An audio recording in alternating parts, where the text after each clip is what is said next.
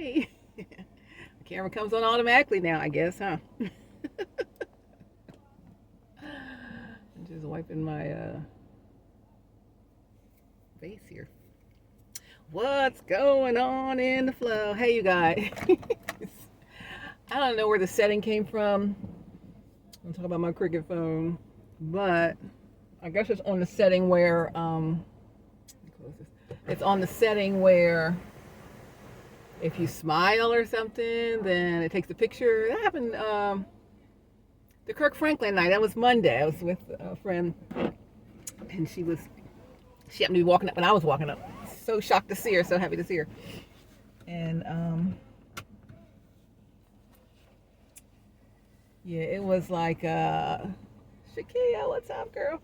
But so we decided to take our Ussie.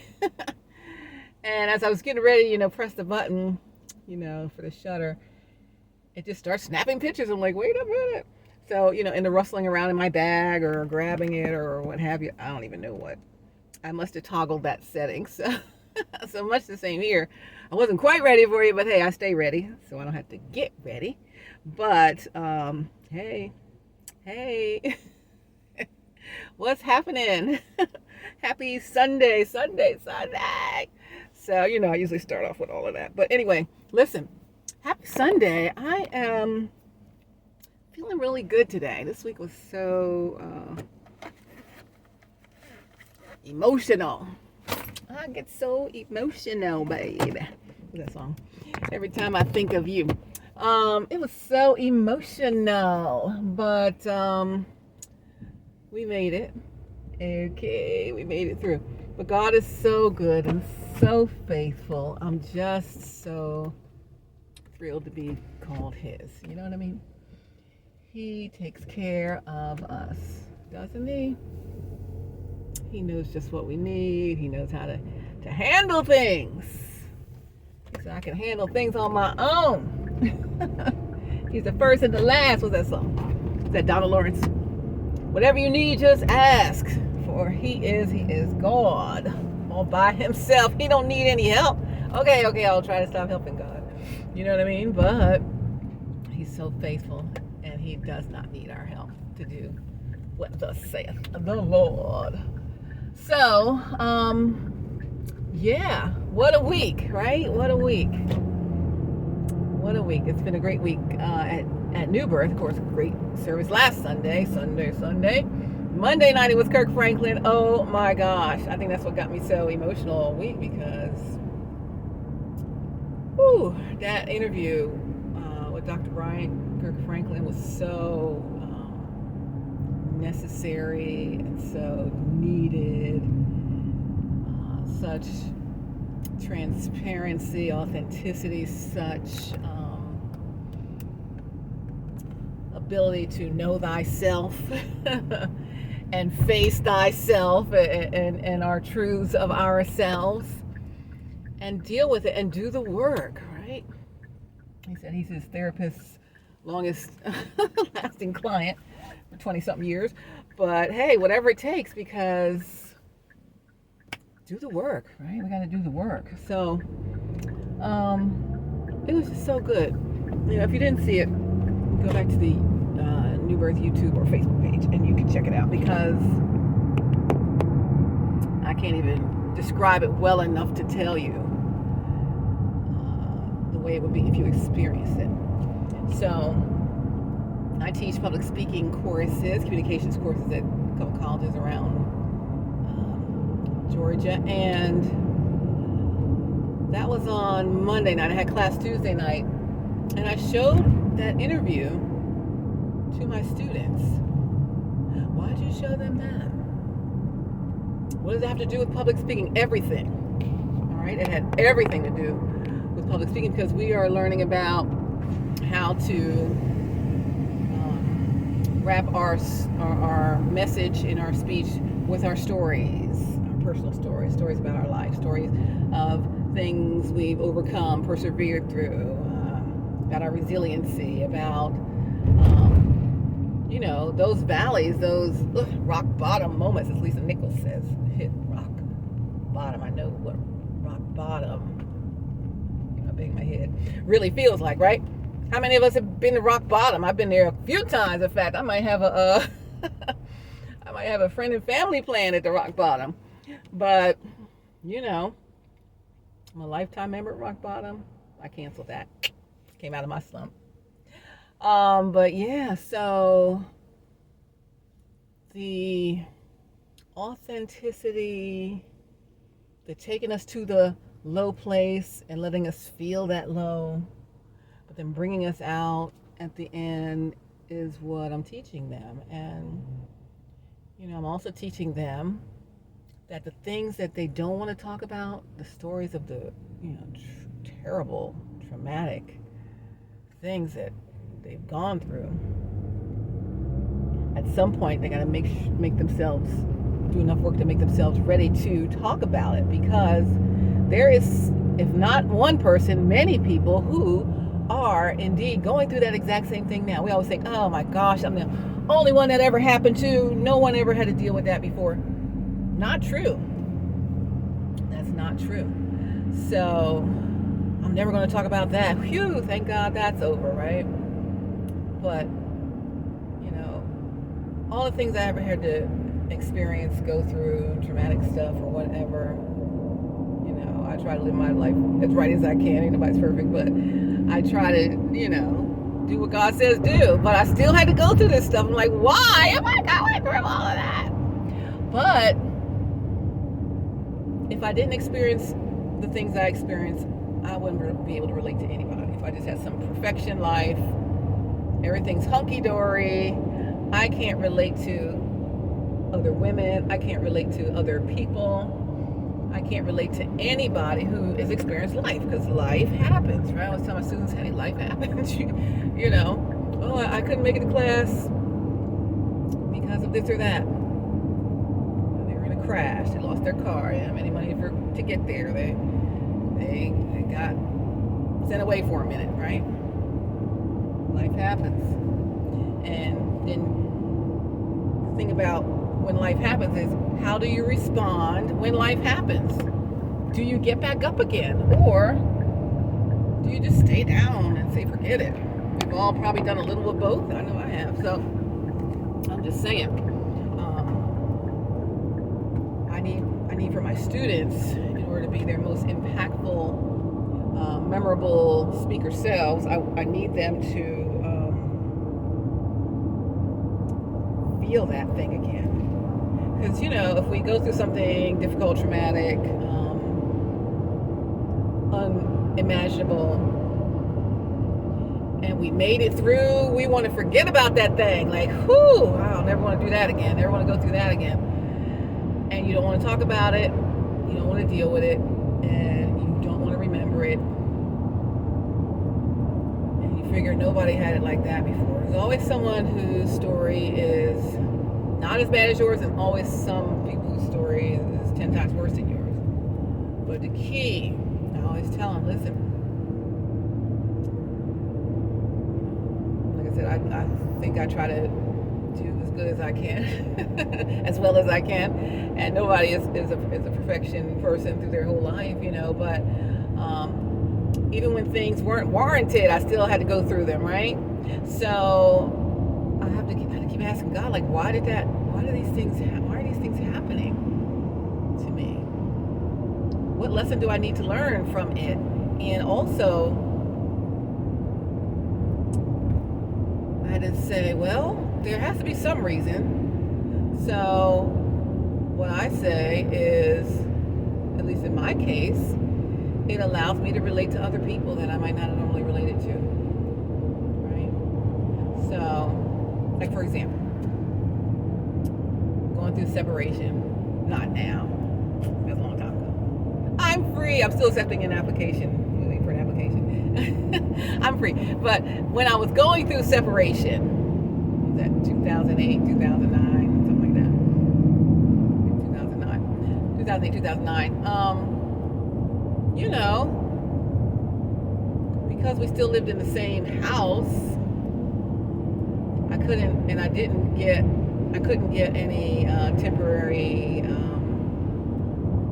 support money, because we still lived under the same roof. We slept in separate rooms, but until he moved out. And then when he finally did move out, then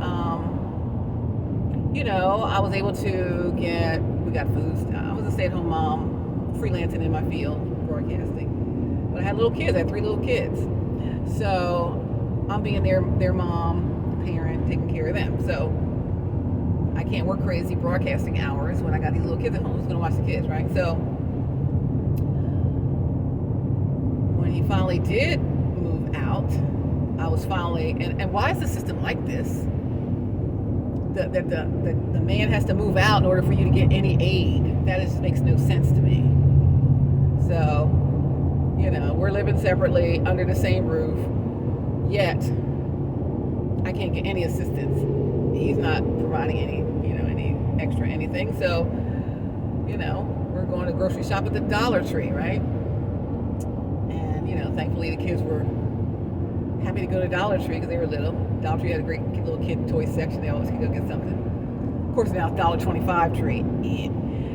So that's the $1.25 tree is literally the 4 for $5 tree, which I don't like. But y'all probably don't even go to Dollar Tree. But I used to live at the Dollar Tree. I still do. I still live at Dollar Tree. But it was like I'm buying groceries at the Dollar Tree, or if I'm buying groceries at the grocery store, I got like this bag of pennies and nickels and dimes, and I'm putting them in I don't go to the checkout register with a cashier. I go to the self-checkout and put my little coins in and pray nobody's looking at me. Right? You put them all in and hope I have quite enough. Do I have enough? I don't know. I didn't count the money beforehand. Lord have mercy. So we're living in Montgomery County, Maryland, North Bethesda. Right at the Strathmore Arts Center and what's that school there? Georgetown Friends or whatever. I don't know what it's called. Tuckerman Lane and Old Georgetown Road. That's where we're living. So at Garrett Park Elementary School, there was nobody in a slum. So I thought in that area. So we went to the kids went to this amazing school, Garrett Park Elementary. So supportive. I love them. Shout out to Garrett Park Elementary. Principal Wanda Beans Harris at the time. She might have been assistant principal then. But she was so wonderful. Shayna Schnaui was the counselor. Thank you so much, right? So I'm at the register at, I don't know what the grocery store is there. I forget, Shoppers, or I forget what the grocery store is. But I'm at the self-checkout, just focused on putting these coins in so I could get to enough money to, to pay for what I had to pay for. And who comes up? Because they don't know what we're really going through. Who comes up but one of the kids' teachers? Hey, Mrs. Stallworth, how are you? She's standing right next to me at this self-checkout. And I'm like, oh my gosh, me and my bag of old grimy pennies or whatever that I found wherever. I was like, oh Lord, she's going to see what's really going on. But she was still so sweet. And so I'm like, hey, how are you? Oh, good. Yeah, everyone's great. Da-da-da-da-da. It is what it is, right? And so, humiliating for me. However, it is what it is, right? So why do I have to go through that? Why do I have to go through not having any insurance on our car, on my minivan, but their dad had full insurance on his car, but he didn't make sure we were still covered. Things like that. Financial abuse, right? And so, hey, our son was early puberty. My guy who's 6'7" now. And so he already had this little BO thing early, right? So he was probably like 7, 8, 9. And I'm like, I had no money. The dad had moved out, but, we had to go to court for, he didn't move out yet. We had to go to court for almost getting evicted. The rent was late. We were renting there. The rent was always late. I don't know what he was spending his money on. I found out later. But, we're always borrowing money from my parents. Always borrowing money from my parents. Always borrowing money from my parents. Always borrowing money. I hated that, right? I hated to lean on them. thankfully they were able to help. But it was just like, what is going on? And you know, it's okay if you don't pay the rent or the bills, and you tell me, well, you know, we couldn't make ends meet. We didn't say nothing. The notes on the door, and the sheriff's at the door, and I'm like, what? And the kids are like, Mom, what? You know, they don't need to know about that. What is that about? So, you know, finally, when I was able to get the food stamps, that's why I said I'm on an unlimited food budget. I think the food stamps are like $600 and something a month. That's more money than we ever spend on food per month. Oh my gosh. I'm like, oh my gosh, we have so much money for food. I was so used to budgeting and making it work. We make do. I'm always saying, sometimes you gotta make do. You gotta make do, right? So finally we were able to eat. I didn't have to shop at the Dollar Tree every time, although I still did for some things. But, you know, I know how to make do. Doesn't mean that God is going to always make me make do, but I have to understand about making do so I can relate to somebody who is in this time in my life and where I am and what I'm going to be doing. Someone who has to make do, I got to understand that. Because if I always had the unlimited food budget that I always wanted, I'm not going to understand someone who has to make do or shop at the Dollar Tree for a couple of groceries or, you know, whatever, right?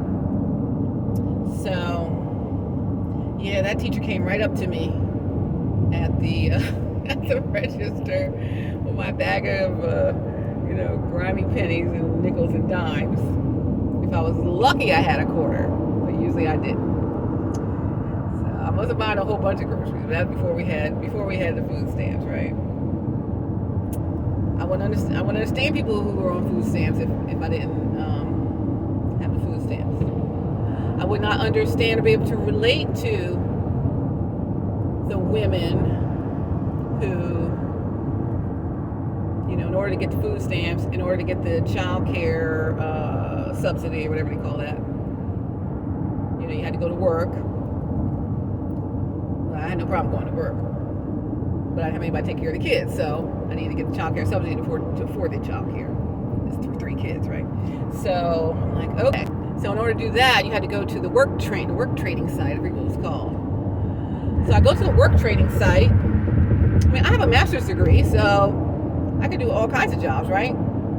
But I'm still in the same place where maybe somebody doesn't have a master's degree. Maybe they had a really hard time coming up. Or if they didn't have a hard time coming up, they're having a hard time now, like me, right? So, but what I didn't understand, and now it lets me understand, you know, like they had all these rules posted on the wall about coming to the work training center. Rules that I never thought anyone should ever not understand. That shouldn't be already understood. That you don't have to write that on a sign on the wall, like, ladies, please wear undergarments, or like, please don't wear slippers into the work center. This is pre-bonnet time. We had no bonnets then, but they probably say now, no bonnets, wear undergarments, no slippers, and stuff like that. I'm like, what is? Okay, I guess maybe people don't know. I don't know. But I have to see this and experience it in order to be able to help someone who might be in that position. If I never did, I can't relate to you. So even though things were, you know, difficult to go through, experience, I'm grateful that God showed me all the things that He showed me so I can make impact in other people's lives who may be dealing with this. Because if you don't have any point of reference for what people are experiencing, you can't minister to them. You can try, but it may not hit exactly where they are because you've never seen it. You've never been that person, even close to being to that person. So even though it was so very hard, I'm extremely grateful that God allowed me to see so many things. Because people go through a lot. So I can relate to my students so much right now, right? And so, you know, my minivan, I'm still good at fixing some things on cars, you know, the heat was out on our minivan. It was the middle of the winter. My husband at the time didn't care. Like, we gotta get this fixed. He's driving, his car got heat. He don't care. He got insurance. So I figured out, how to change the heater or something. I forget what it's called. Something I had to change up over there, and by golly, the heat worked again because it was cold. Me and the kids in the minivan were cold. Like, what? You don't care about that? Oh my gosh, why do I have to experience this? It's crazy. But I did, right? And we made it. So one day I'm at the work center and the minivan broke down or wouldn't start when it's time to go home. So, it was probably 15 miles from the house. And I didn't have any money really. So I had to put a couple nickels and dimes together to get the bus fare, to figure out how to take the bus from the work center to where we lived. So that was up in like North Rockville. Well, I guess it's the top of Rockville, up 355. For pretty, 10, 15 miles up 355. We were down by 490. We were down by 495, Old Georgetown Road, all that. So I figured out how to get the bus fare, take the bus home, but I'm crying. I'm like crying my head off. I'm like, I cannot even believe I'm going through this. I just want to get in my car and go home. Shouts out to everyone whose car is going to start, whose car has no mechanical issues. Shouts out to all you with a brand new car. How many cars did I have repoed? I can't even count anymore. I don't even remember all the cars I've had because it was just that life, right? Not because I don't even know why. Because maybe there's a decision that I chose to get myself in that situation. But also, I just think it's divinely ordained that I need to experience these things, so that in the place that I'm in now, I'm able to help other people and understand it from a true personal experience with exactly that, right? So I'm like, what? So one of the times we had to go to the eviction court, and I didn't get there first. I think he got there first, and he was already coming out when I got there, and he had taken care of it or whatever. And so I got it whatever date we got to pay by, whatever that was. And he's parked. I'm double parked next to him, and I'm like, hey, I go back to the pre what do they call it, pre-puberty, I forget what it's called, when you get puberty a little early as a kid, right? My oldest was experiencing that. So the BO thing, right? And so I'm just like, hey, I need to give me a couple $, please. I need to go to the Dollar Tree and get our son some deodorant because he's got this really bad BO and he needs deodorant. It's $1 and I don't know what tax was there, $1.05, I don't know what tax was. And he's like, I don't have any money. I'm like, what do you mean you don't have any money? I asked you for money I can go buy a pair of shoes. I'm asking you for money for your child to have some deodorant, and I get them some toothpaste and some basic life things, just basic things you need as a person who lives a life. What are you talking about? And so he's like, I don't have any money. So meanwhile, he's sitting there drinking a doggone Starbucks. I'm like, just give me the stupid change out of your pocket. I'll figure the rest out. I don't have any money. I'm like, well, you bought Starbucks. So how you not have any money? You're drinking a Starbucks coffee. I still got that picture. I take the picture because I got to remember. I got to remember exactly what this thing was. What did we experience? What is this? And I don't even know why. But God is showing me why I had to know these things. But I'm like, I'm not asking you for nothing from me. I know you can't stand me, but can you stand your kid? He has to go to school smelling like a funky man. I need to give him some deodorant and some shower gel and some toothpaste.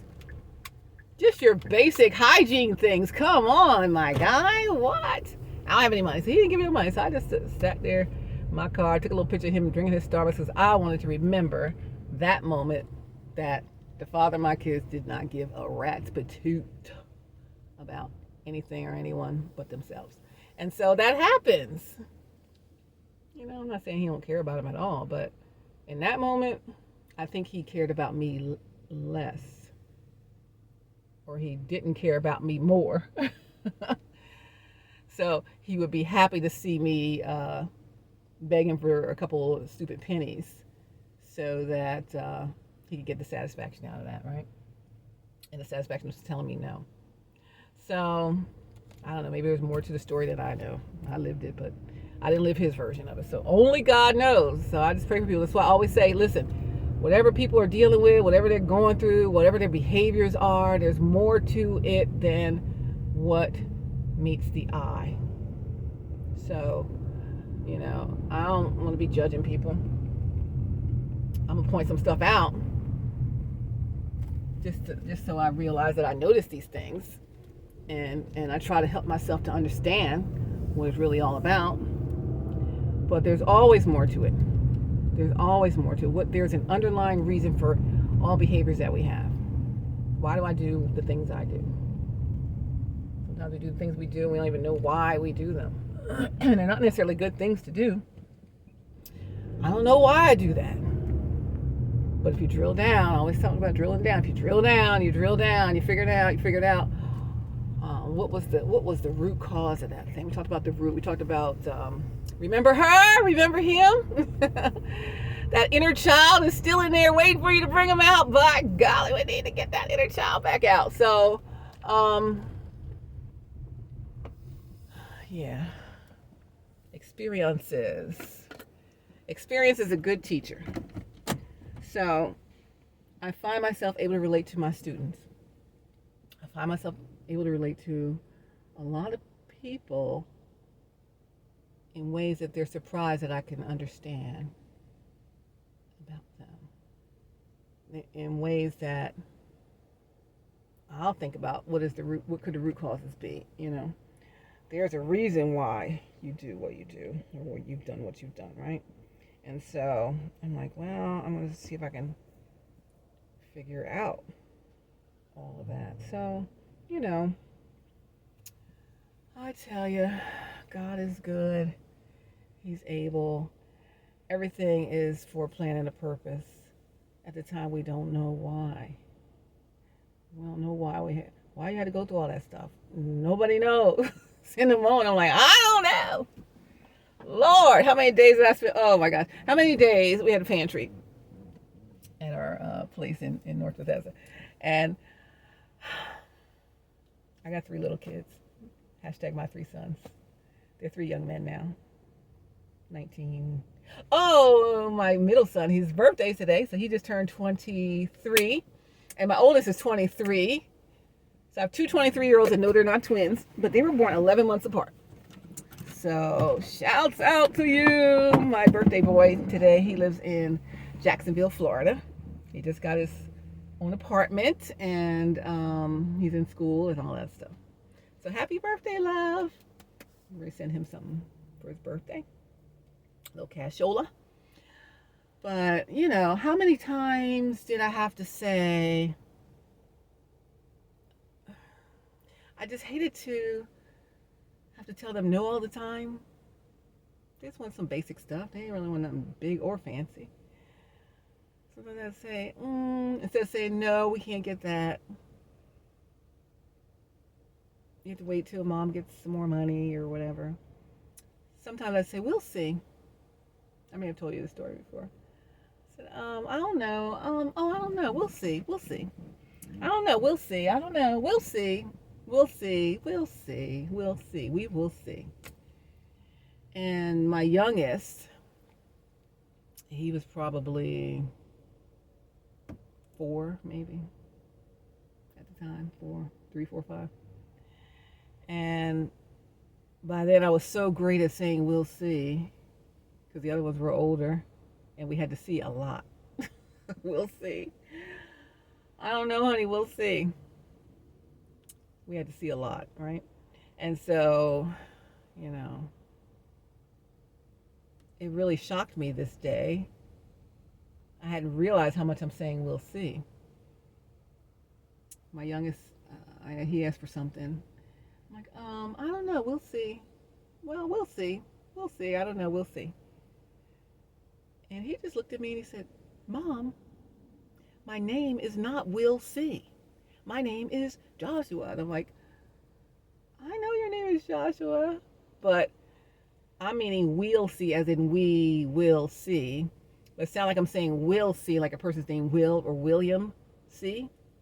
So he thinks, as much as I'm saying Will C, that I'm calling him Will C, like his name is Will C. My name is not Will C. My name is, And I'm like, oh my gosh, I did not realize how much I'm saying Will C, which is the replacement word for no, I can't afford that right now.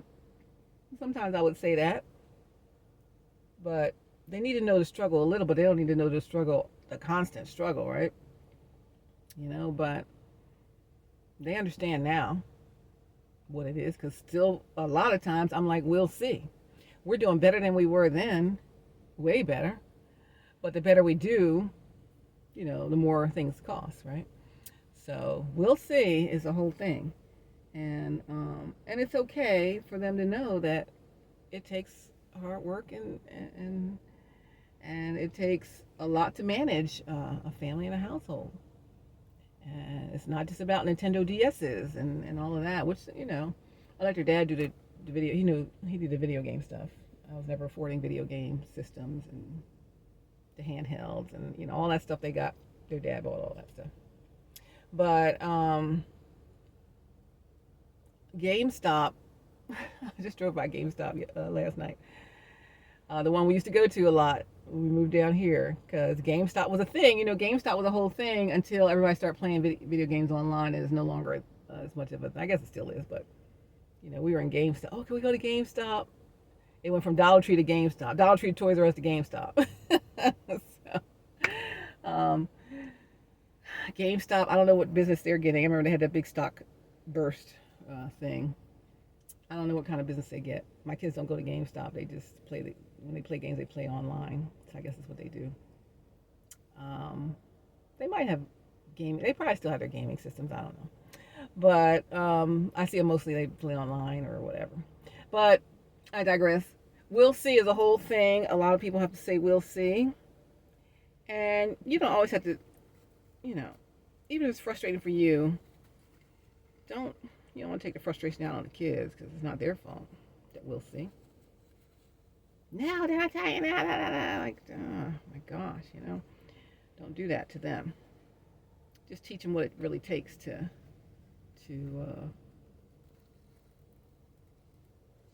what it takes to live. What is the cost of living? And furthermore, teach them how to build generational wealth early, right? And Dr. Brian, you said you learn from all your parents' mistakes. And my son was in there. This is for the Technology and Truth Summit. It was yesterday. And I took my oldest son. He was with me. And I said, I told him then, after you said that, I'm like, see, that's what I was talking about. I tell him, I don't want y'all to go through what I had to go through, your mom and dad had to deal with. I don't want to go with what my parents had to deal with. Every generation, we should get better and better. And so I want you to build on the lessons that we learned and we imparted into you to start from a higher place. My youngest son, he wanted to be in the military. He wanted to go in the Marines. He just graduated high school and he was ready to go in the Marines. He had never considered college because he always wanted to be in the military, which is fine. But, he did ROTC in high school and all of that for 3 years, 9th, 10th, 11th. He didn't do it in 12th because he wanted to grow his hair. One more chance before he could go in the Marines. But he didn't want to just go in the Marines and go in as an officer. He wanted to go in the Marines as a frontline infantry. I'm like, son, what are you even considering that for? Not that it's not an honorable thing to do, but it's just extra dangerous these days. Not like when my dad was in the military and wasn't much going on. There's all kinds of stuff going on now. I just want to be in the front lines and all this other stuff. So you know, I'm like, all right, it's my decision, Mom. Yes, it's your life.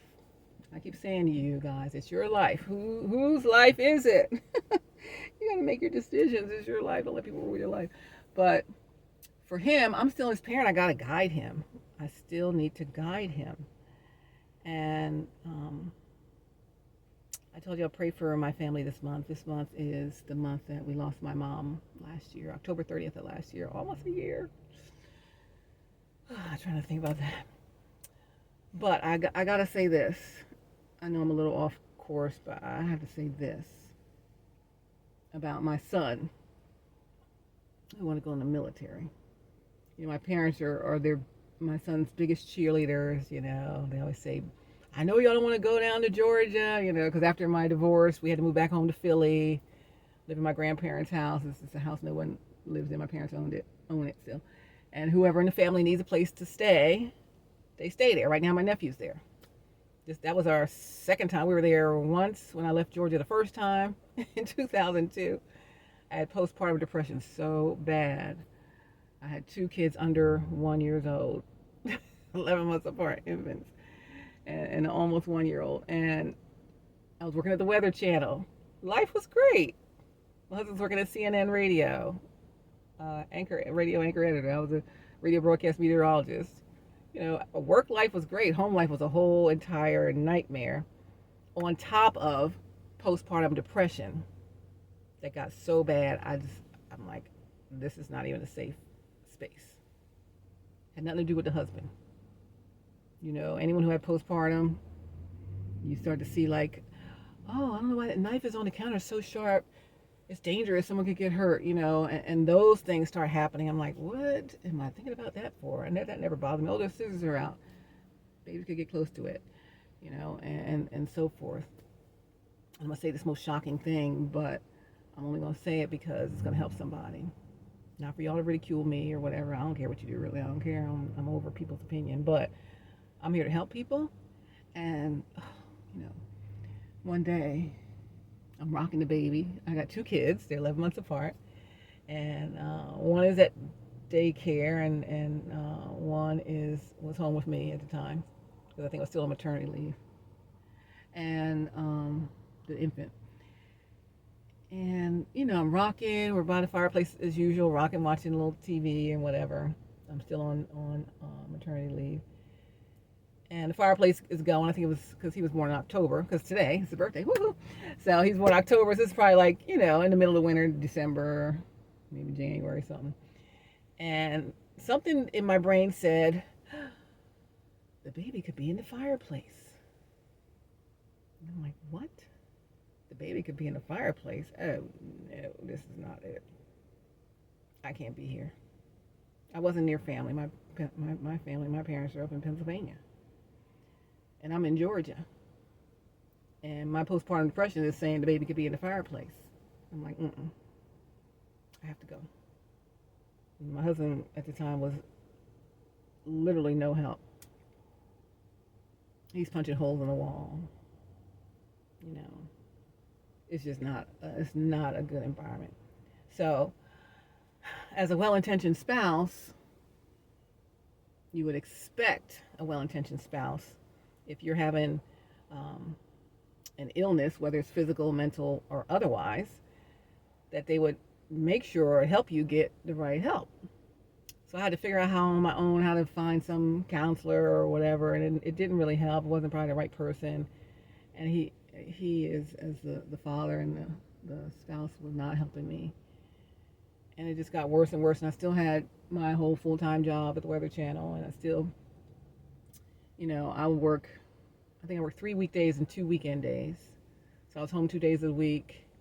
He worked Monday through Friday. So on the weekend days, he's coming on my lunch break with the 2 babies because he can't handle that. And it's like a never-ending whatever, because maybe he doesn't know how to do that. But how do I not know that he doesn't know how to handle the pressure of 2 kids under 2 kids under 1 at the time, or 2, whatever, you know, they always were just around the same age, right? And it is a lot. It's a big behind job. parenting, especially little ones. I'm like, wow, it was just, I had a lot of moments where I just was not well.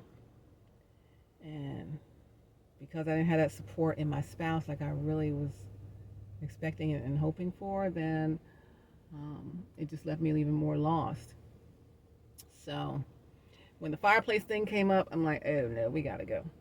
So I was telling my job, I'm gonna have to go back home, get more help with the kids. They're like, oh no, don't leave. What do you need? We'll get you some. You change your hours, and they were so great. And they changed my hours, and they did so many things. And again, I was like, oh, please don't leave. We love you here. Da, da, da. And I was hoping I could ride it out and get through this whole thing, but it was really just going to be best. As much as I love Atlanta, and I'm back here because I love it so much, it was just really going to be best for me to go back to where my mom and them were, my family was. Because I need help with these babies. I don't know what to do with these babies. Thank God you give them to us as infants, because if you gave them to us as grown kids, I surely wouldn't know what to do with them. But, I loved them, and I only want the best for them, and I'm just like, we got to go. So finally, I stayed there 2 years. I moved there 6 months pregnant. Then I had the baby within a few months of starting my job, and then I'm on maternity leave, and then that was happening. But I stayed another year and a half, a year and 3/4. So I was there 2 years exactly at the Weather Channel, and then we left. And,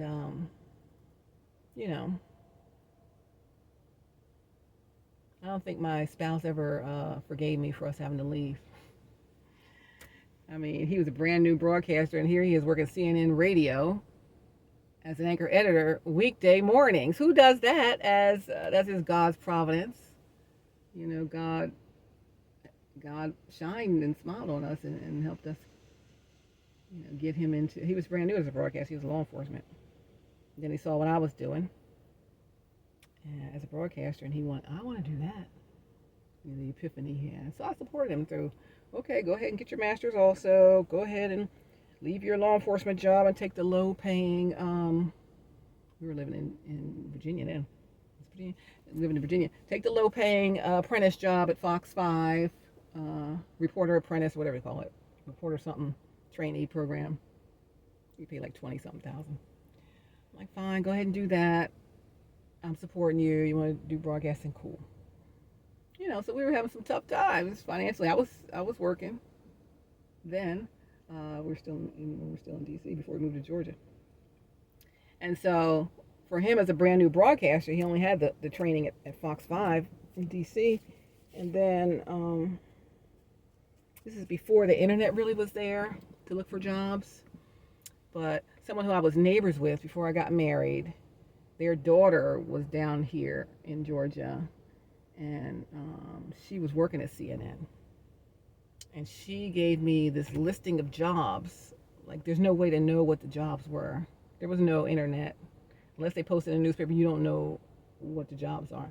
So she gave me this inside listing, I guess it was, of jobs. I'm like, oh, there's there's an anchor editor job at CNN Radio. You could do that. And otherwise, we'd never know about this job. But God always showed us favor, right? And so he got that job. Second broadcast job, you're working at CNN doggone radio. Weekday mornings as a radio anchor editor. Where on any plane does that even happen? God shined on us even through it all, right? And so I'm at the Weather Channel. You're at CNN Radio. What a perfect world in our broadcast life. But in our personal life, it was a whole nother country heard from. It was the pleasant person in front of everybody and the tear me down person when we're alone. It was the pleasant person in front of my parents, and then when we're in the family room or the den by ourselves, it's to tear me down alone. But yes, so pleasant, but no one would ever suspect that they were capable of such behavior, so they never believed it. And I would say, oh no, they're like, he's the best thing ever happened. I'm like, no, this is the worst thing. They're like, no, it's definitely because they could not see it. The family couldn't see it. They didn't understand it. And it was just a tough time. It had been a tough time, a tough lot of years. We were married 13 years, and I said, I'm never gonna divorce.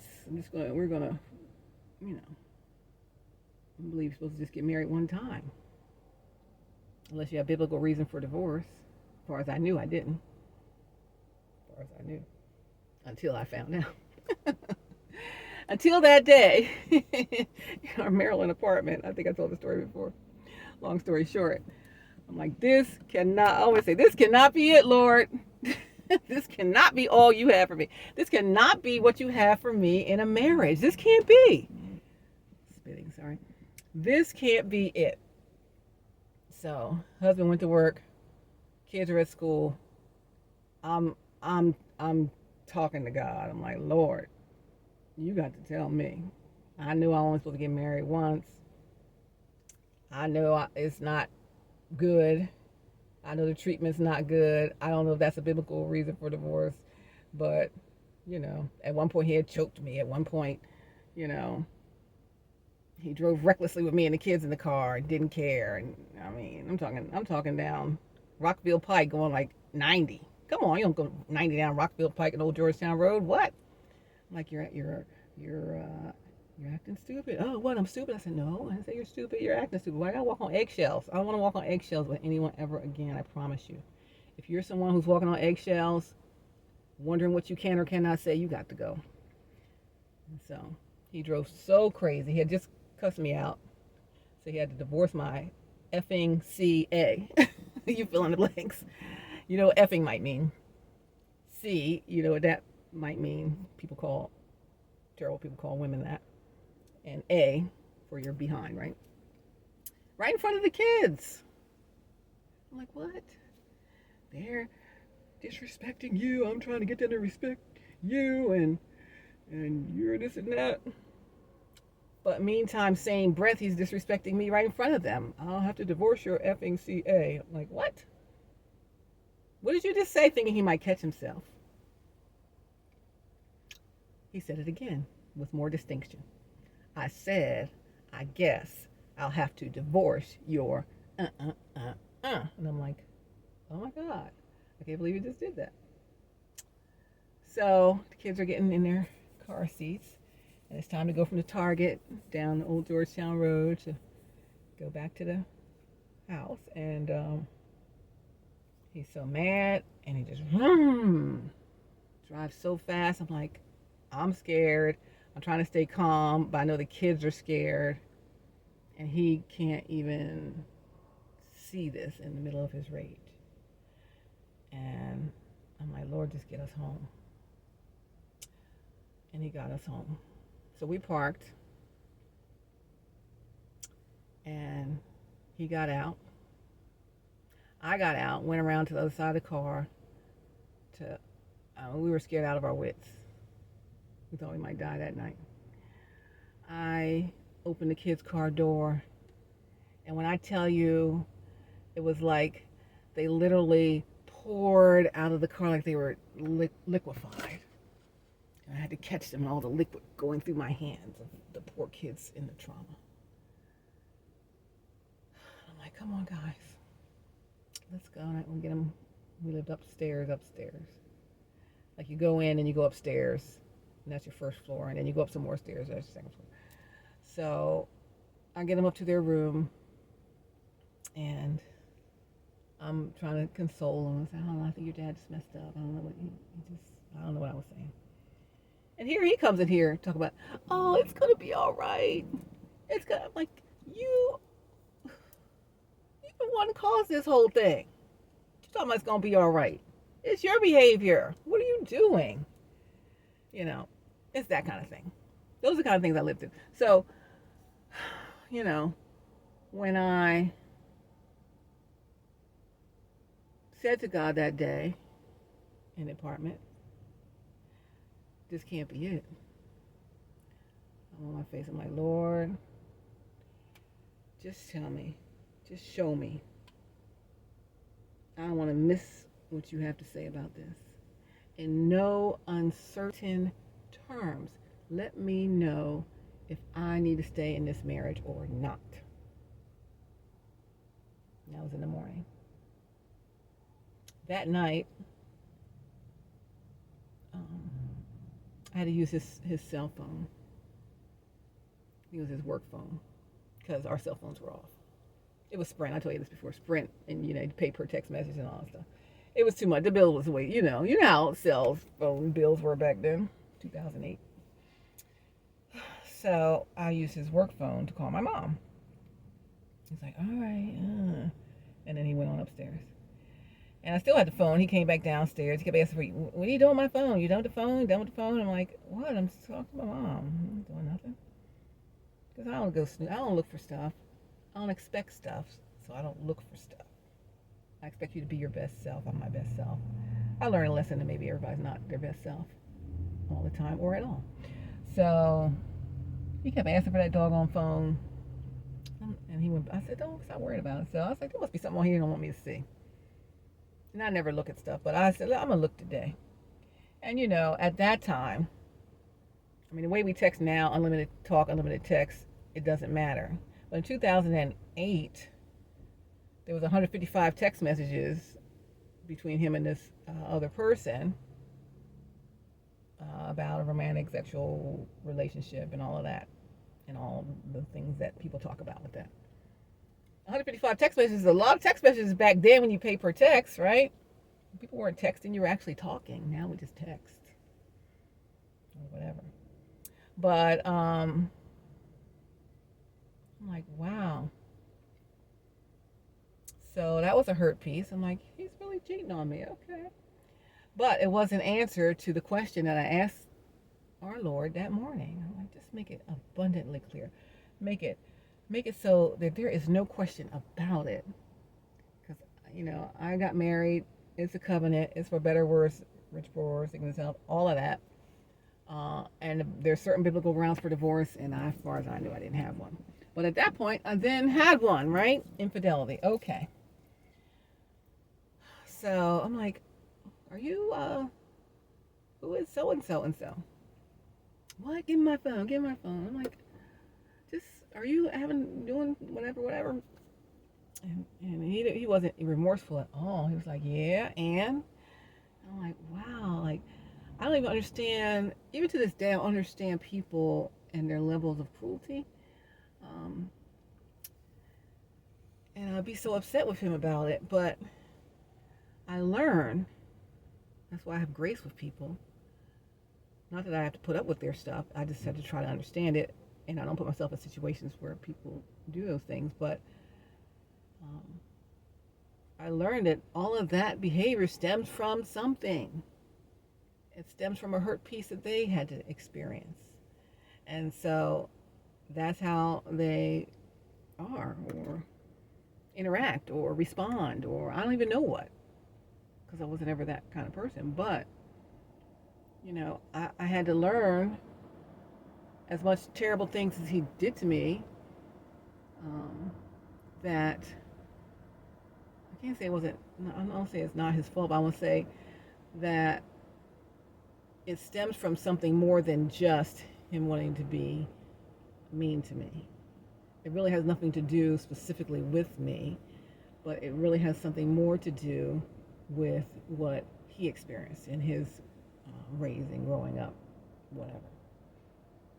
Oh Lord, these people about to run people over and hit other cars, and oh my goodness, cut it out. Like you're all on 85, they all fighting for the parking space. It has something to do with things he experienced, right? And what his family dynamic was. And so once I began to understand that better, and that it wasn't really about me, I was just the collateral damage. I was the source for the narc, if you will, narcissist, if you will, and that it's not necessarily a reflection on me. It's just a reflection that they can't receive the love. He couldn't receive the love. I don't understand why you can't receive the love. Like you come home and all your kids, we're like, oh look, Dad's home. All right, we run to the door. Hey, Dad, And he'll come home, and the only thing he can see is the kids were playing with toys. Why are all these toys on the floor? Well, they're playing with toys. What? You know, he could not receive, like, he could receive the love that was just being heaped on him, right? I'm a heaper of love, and maybe that's an issue I have. Who knows? But it's like they've been waiting for you all day to come home, and you're here, and then you're gonna do that, you know? I mean, I can go into layers and layers of scenarios, which I won't. But I just say that some people can't receive love because they don't know how to receive love, and I understand that better now. I don't understand it because I've been in that position. I understand it by observing it, and then looking at family of origin and whatever other factors there may be, and then trying to put things together to make it make sense. I need to make things make sense when as much as they can. And so, you know, why'd I have to go through all of that so I can help somebody else who's going through that right now? So I'm fully equipped for most things that people are going through. I'm fully equipped to talk to you about it because I went through it all. I'm still smiling though, you know, and God didn't take my joy away or my incredible lightness of being or my ability to instill hope in others or any of that. I learned resilience.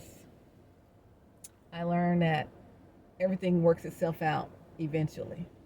It's going to be okay. Think positive, speak things that are not as though they were, and keep going. Even if you're dragging yourself, sometimes I've been dragging myself around. Keep going. So I think I mentioned the pantry a little while back.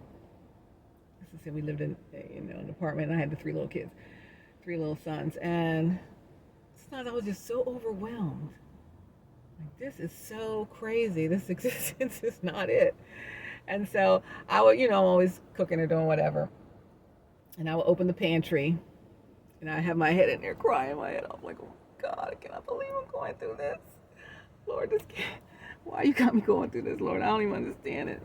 Oh my gosh, it has got to get better. I can't take it anymore. It's too much. And then the kids were like, hey, Mom, da da da da da. I'm like, oh yeah, da da da da da. Oh yeah, I'm just looking for so and so.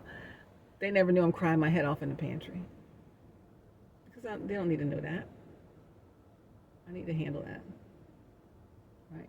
I need for all of this to affect them as little as possible.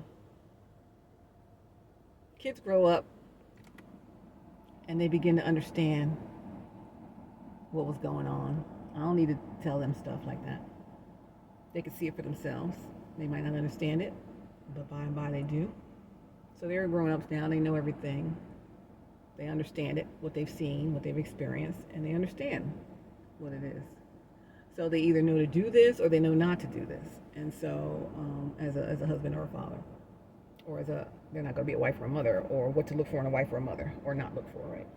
So, I mean, I'll absolve myself of any fault, But everybody plays their part.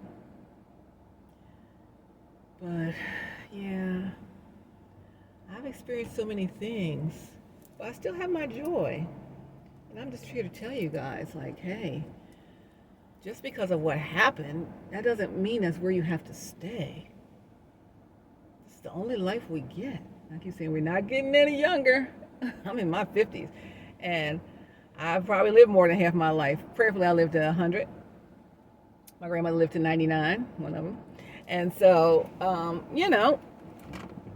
I know there's more that God has for me, and it's going to be so wonderful and so everything. So I'm preparing myself for all of that, and I'm looking forward to it.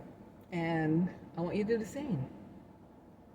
Don't stay stuck in the old place, in the old space, and whatever you had to deal with. Just let that slide. Try to understand why the behaviors were what they were, whether it was your behaviors or someone else's. And then either give yourself grace, give them grace. Maybe they didn't know any better. Maybe you didn't know any better. But you do now, or they do now, or they don't now, you don't now, whatever. But keep moving forward You don't have to keep replaying that same lesson again and again and again. Learn the lesson that is intended for you to learn so you can move to the next chapter of your life.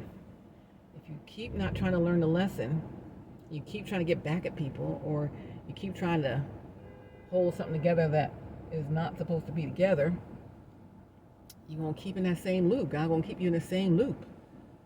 Like, you ain't learned a lesson yet? How many more times? How many more times? How many more times? How many more times? And here's the thing. God has a destiny on all of our lives, right? He created us for a plan and for a purpose and for certain things to happen at a certain time. And if we keep replaying these lessons over and over again and trying to not learn from them and move beyond them, and we still stay in it, or we keep things going in our life that we should let go of, or people that we should let go of, or whatever, and we keep going, that's cool if it only affects you, but it never only affects you. It affects you, it affects your family, it affects everyone who's connected to the destiny that God created for you. So now you're holding them up. You're holding their destiny up. So when you're holding their destiny up, then they're suffering from things they probably shouldn't have to suffer through, lack or whatever, or misalignment, because you didn't do what you were supposed to do when you're supposed to do it. So I always say, just try to learn the lesson so you don't have to keep repeating. Don't keep repeating. Don't keep repeating. It's like, all right, God, I don't get it, but please make it so clear that I learn what I'm supposed to learn so I can move to the next thing. And keep going. You're doing really great. I see you transforming right in front of my very eyes. I love that. I'm so excited about that. And God answers prayers, right? And there's so much ahead for you that eyes have not seen and ears have not heard and has not entered into the minds, right? Just learn the lesson, please, and let's move forward, because it's time. I'm so excited. You know, I'm fully equipped for whatever God has for me next. I think I learned enough life lessons, whether through fault of mine or others, it doesn't matter. I'm fully equipped to impart some hope into some people who are experiencing various types of trauma and or concerns. Sometimes you still got to go to do therapy. You got to do the inner work to free yourself. I'm not a therapist, but so I can't take that place. So make sure you do see somebody if that's what you need to do to work it out. I'm just here to encourage you to say, hey, you can get through this. Even if you get through, millimeter by millimeter, just crawling. Only got this far today. But I didn't go back. I might have just laid there. I used to say, oh, I just want to go lay in the middle of the street. I'm done. I have enough. And not that I want to get hit by a car, run over, nothing. That's just my example of how done I am. I'm just going to lay in the middle of the road. Not a big road, not like 85. It was like a little side street we lived on in Pennsylvania. I'm just going to lay in the middle of the road. I have enough. I'm done. This can't be it. So if you think this can't be it for you either, to say, Lord, this can't be it. Show me the other stuff. What was that? The Homeboy Shopping Network. So Homeboy Shopping Network. Oh my gosh, what's that from? Keenan Ivory Wayans, Damon Wayans. At the time that show was out, I was working at QVC. That was my first broadcast job, QVC, the cable shopping channel. I got cable shopping in my blood. By the way, the Flow has a shopping channel. I need y'all to get your wares on it, okay? Get ready to launch this thing just in time for the holiday season. But so I worked at QVC, and so at QVC we had only a few African Americans. Well, we had enough, but there was only ones on air. I was on there modeling the clothes, and Clarence Reynolds. People in Atlanta might remember him. He used to work on Fox 5, but prior to that, he was at QVC as a show host, and he sold the products. And Tracy Wilder, my real good friend from undergrad and all throughout life, KSI, he was in the control room. He was the technical director, TD, whatever. And so he'd be doing the switching.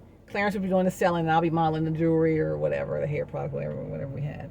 And it was hardly ever going to be 3 African Americans on doing all at the same time. It was usually like a mixture of people. So we're like, oh yeah, it's the Homeboy Shopping Network, not Shopping Network, because it was on In Living Color. Then that's the name of the show. In Living Color, they had a skit called the Homeboy Shopping Network. Do y'all remember it? And they would be on the back of a truck. And I think it was Damon, and it might have been Damon and Keenan. I forget who it was. I gotta look that up. Just look up the Homeboy Shopping Network from In Living Color. And so they said, hey, welcome to the Homeboy Shopping Network. We got some deals for you, and more money, more money, more money. And then they open up the truck, and they start showing their stuff. And so I don't even know how I got on Homeboy Shopping Network, but I don't even know how. I don't even know how I got to this. I have to go back and watch the video. I'll have to come back to this later.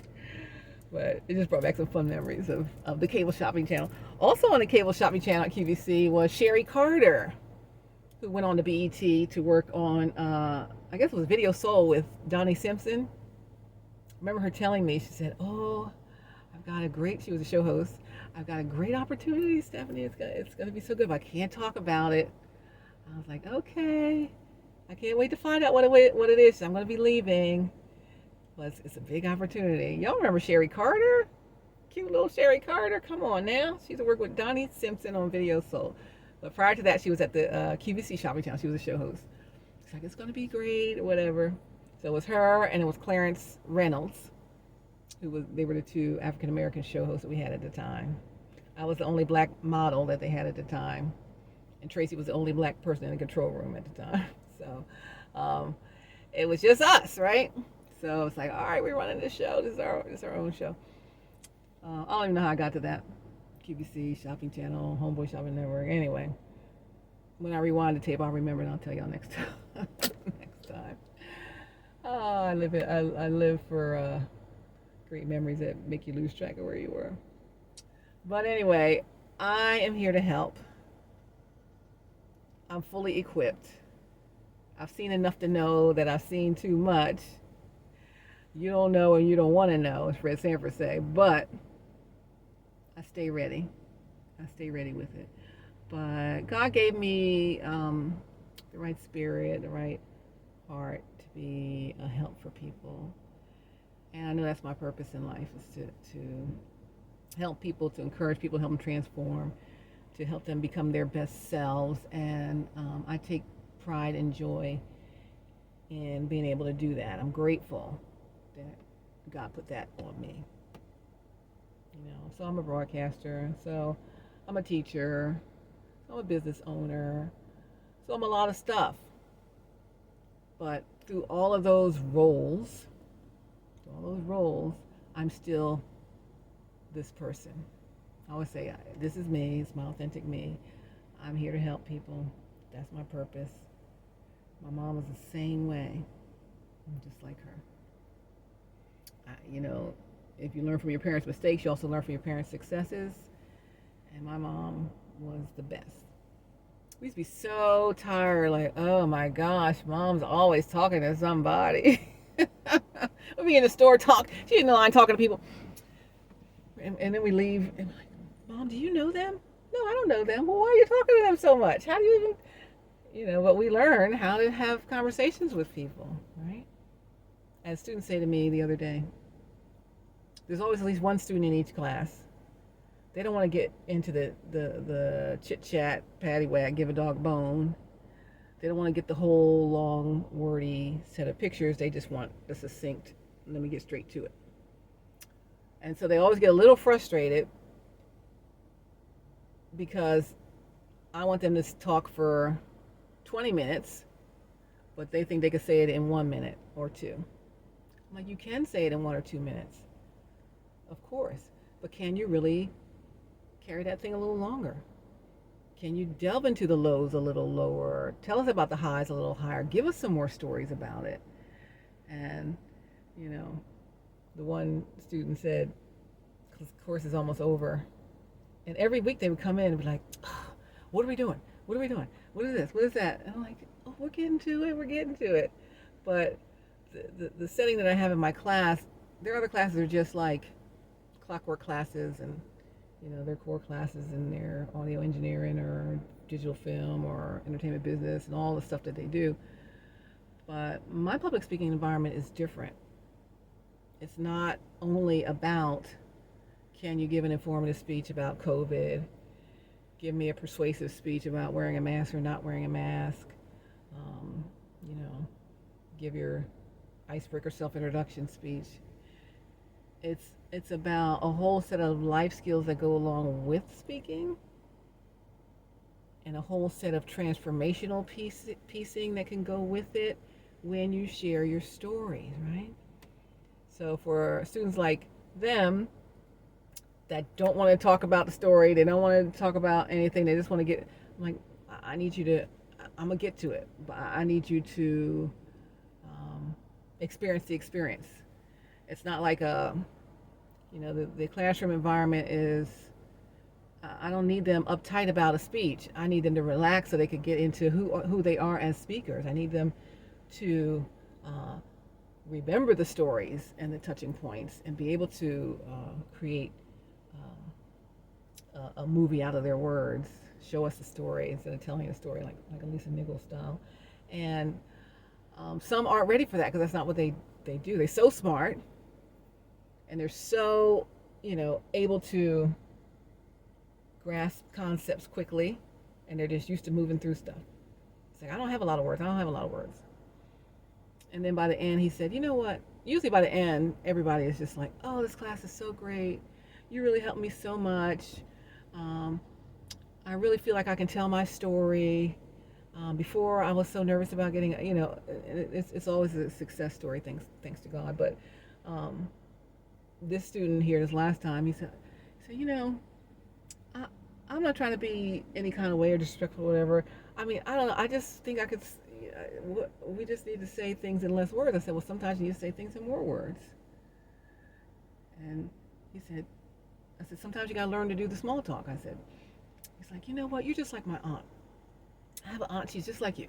And she's so, hey, da-da-da, this and that and the other thing. And we go heads against each other all the time because she's like, hey, da-da-da-da. And he's like, what? There's nothing about it. But there's more to it, but he's not in the space to do it. He said, but I understand. I'm so sorry. I didn't mean to be that way with you. But I totally get it. He said, and my mom was the same way.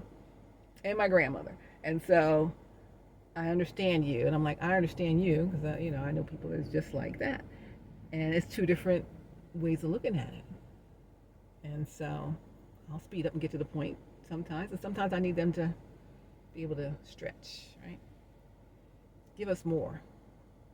Take us into those lows and then bring us back out. Don't just touch on it. Yeah, I had postpartum depression, but I got out of it. Take us into the story. Take us into the fireplace. What? The knife on the counter or the scissors. Take us into all of that. Help us see it and feel it. Carry us through it. And don't leave us in the low. Bring us out higher than the low so we can at least balance out, right? You don't want to go in there with the low and then just drop it. Drop it on them. It's like, what? Anyway, I'm supposed to be in here getting something from the store. Listen, I am so proud of you. I see you transforming, and God is able. Never think that you have to keep doing the same life you've been doing. Nobody. Don't ever think it. You could change just like this. You can say, what do we do? Flip the switch, right? Flip the switch. Flip the switch. We did that September 1st. October, we're a month and a half into the flip switch. Switch, flip. Switch, flip, flip, flip, switch. Flipped switch. Switch flipping. Whatever you want to call it. We are into it 45 days in, at least, right? So, again, we were going 1,000% into what God has for us between now and between September 1st and January 1st. We're starting a new year on some higher level stuff, right? So I'm hoping, I see you week by week. I'm hoping that this past week, you're able to elevate a little bit more.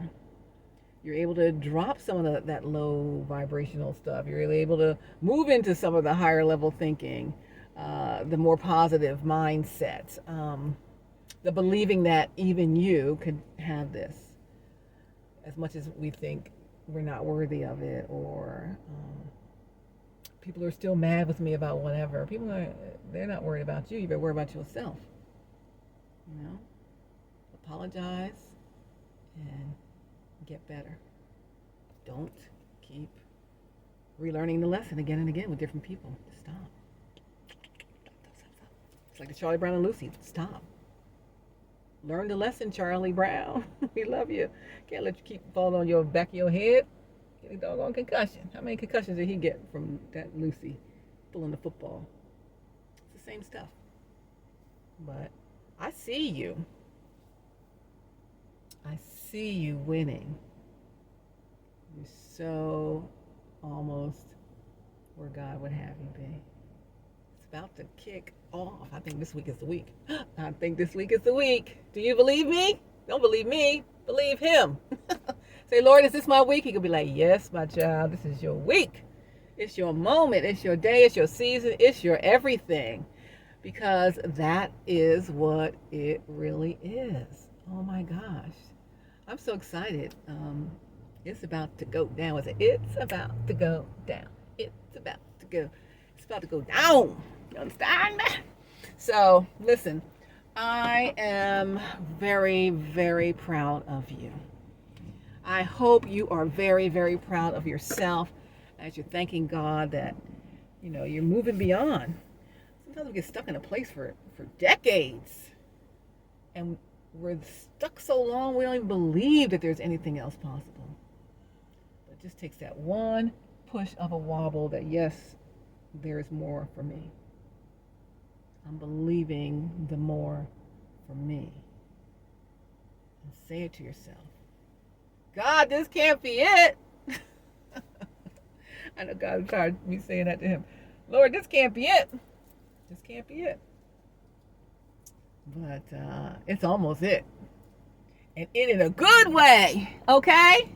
We're going to be like, yes, finally. Thank you. Hallelujah. Oh, he's worthy. Come on. Give it up for God. He's worthy. Only God can do it. Only God can do it. Only God could do it. God, only you could do it. And you're doing it. Lord, you are doing it. I am so thrilled. I'm so thrilled. The transformation that you're making. It is, I don't know if you're feeling it, but I'm seeing it.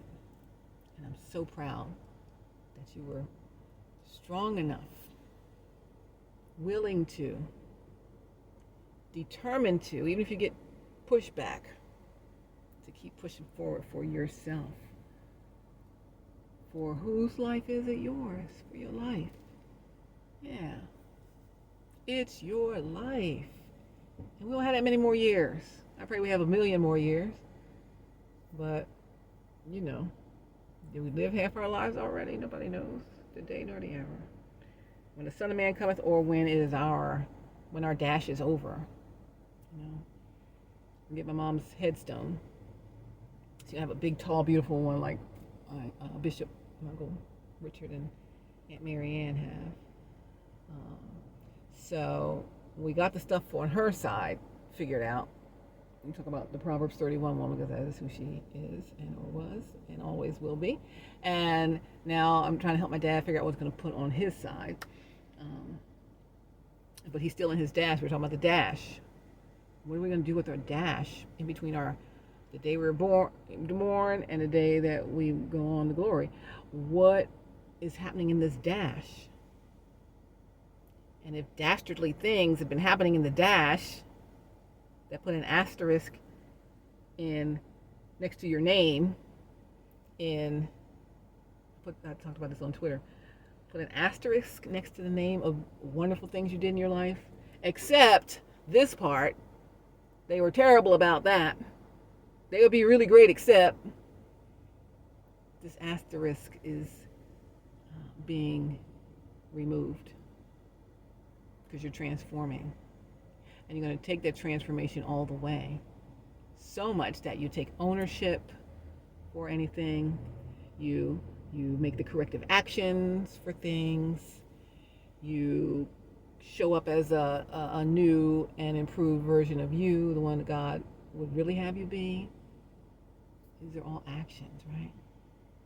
Don't matter how many years you've been saying the one thing or doing the one thing or acting like something didn't exist. Not mentioning things or people or whatever it is, right? Behaviors. We all have something. Things we don't do, things we do, things we should do, things we shouldn't do. No matter how long.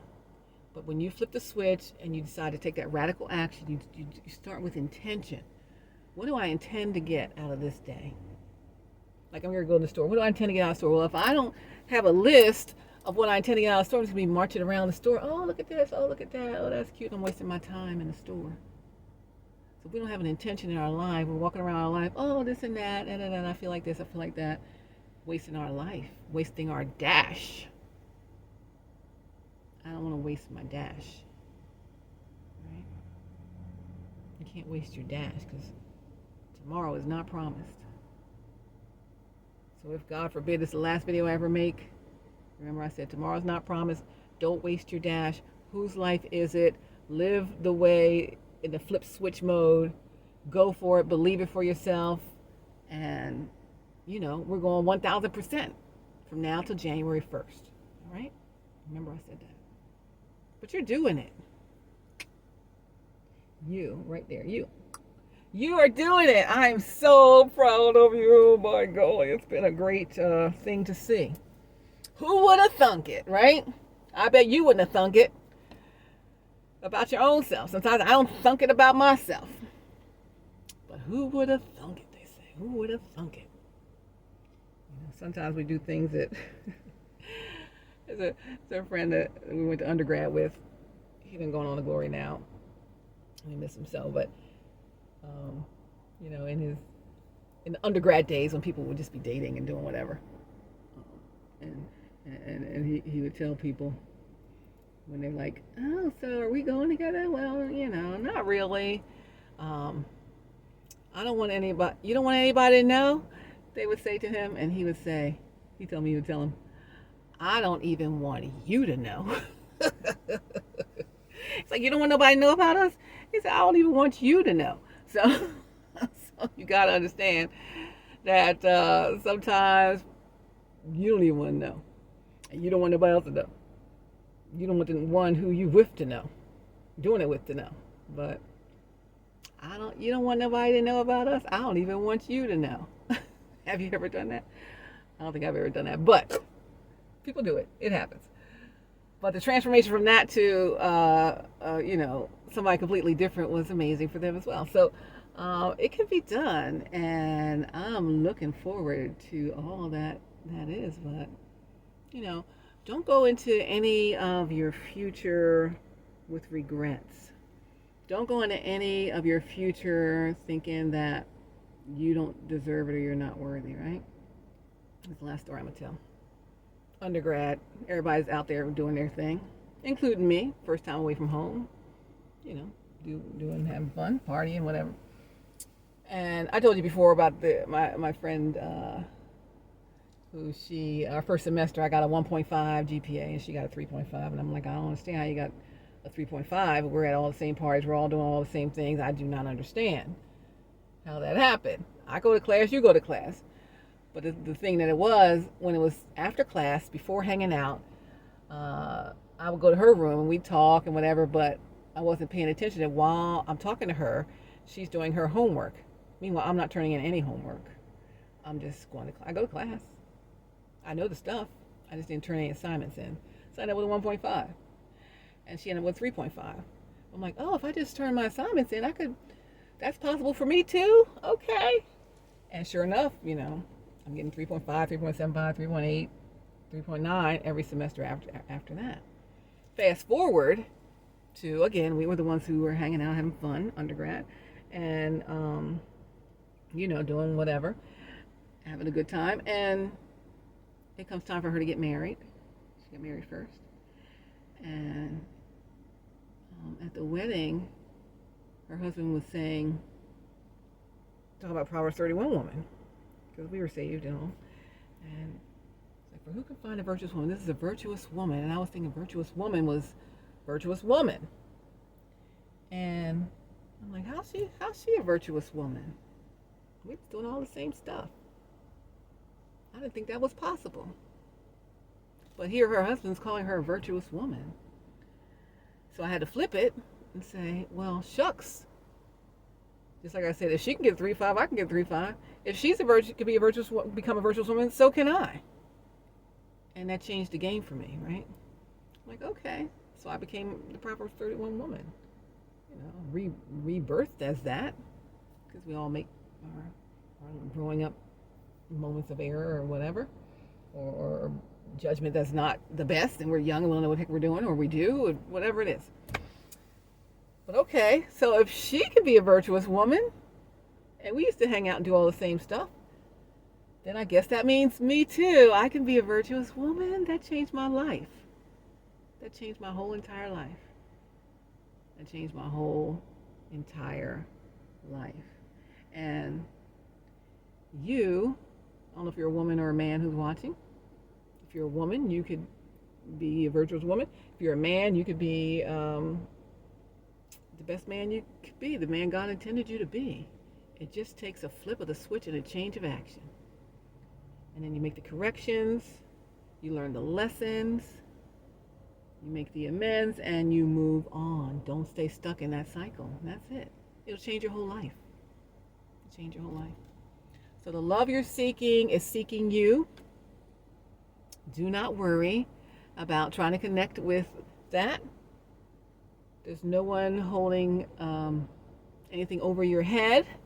And if they are, they're not the right people for you to be around, because they haven't learned forgiveness. And you'll never get what you need from that space. But if anyone's coming into my space, then you're good with me. I know you messed up, did things, whatever. And we all have fallen short. I may not have fallen short with you, but I might have fallen short with somebody else or some other situation, right? So who am I to say that I ain't going to give you a chance when God's given me chances, right? So never, that's the last thing I'm going to say because I got to go in the store. Never, ever, ever not give your own self a chance. You got to give your own self a chance. You got to give your own self a chance. It don't matter if I give you a umpteen number of chances and you don't give your own self a chance, you're never gonna receive what I'm offering. Like the people who can't receive the love because they don't think that they're lovable. You're lovable. You're so amazing. Like, why would you not think that? Why would you think people are going to stay mad at you? The ones that stay mad at you haven't learned forgiveness, and you don't need to worry about them. You forgive them, maybe they'll forgive you, maybe they won't. If you just do what you're supposed to do, get yourself lined up where you should, God will show you the people that you need to have in your life. But hey, I'm holding no grudges. Everybody gets a new chance every second of every day. If you messed up this second, the next second you could do right. I can't tell anybody, oh well, you messed up, deuces, unless you continue to mess up and you don't ever want to see better for yourself. But if you're trying to do better for yourself, I welcome you into my space, because we're all trying to do better for ourselves. But people who are stuck in the same cycle, I can help you from a distance. I can't invite you into my inner space. But I know that's not you. Anyone who's listening to this, I know that's not you. I see you. I see you. Do you know that I can see you transforming? I can see you transforming. You might not even know you're transforming. You might not know what it is that's happening. Something is happening. Like, you're feeling different. I talked about this on Twitter. You feel different. You're seeing things differently. It's very odd. It's strange. It just feels not even right. There's like literally no words to describe what you're feeling, why you're drawn to what you're drawn to now. That was never what you were having in your mindset before. I mean, it's a transformation. And one part of your life might be amazing, like your career could be amazing, but your personal life needs a transformation. And it's hard to continue to stay in transformation in your genius in your career, and in your personal life is a disaster. It's hard to push the personal life to the transformation because you're still working so hard to stay in your genius of who you are in your career, right? Your calling. But calling, genius, give personal life genius a little grace and some time, and a little of that genius, rub it off on there and let some of those same genius tendencies fill up the space in the personal. Let me use some of the same skills I use in my successful professional life. Apply some of that to my personal life and see how it could make a change or a difference. I'm just trying to offer just some ideas, but ask God. He'll tell you what to do. And listen. Be listening. Sometimes he sends people to tell you it. Sometimes he talks directly, downloads into you. And you have to accept the download. As if you say, allow multiple downloads from this source, God. And you say, deny, do not allow, block forever. Then you're not going to transform. But I believe in you. I know that you got this. And, I've seen it. He's shown me some beautiful things about you. That it's going to change everything. Just a couple of corrective measures is all it's going to take. It's going to be strange, different, nothing like you've ever done or seen before. And the people that you're making the corrections with, they may not receive it at first. But you stay open to it. It's like I'm open to this process. And I never give up on it. I'm still here telling you.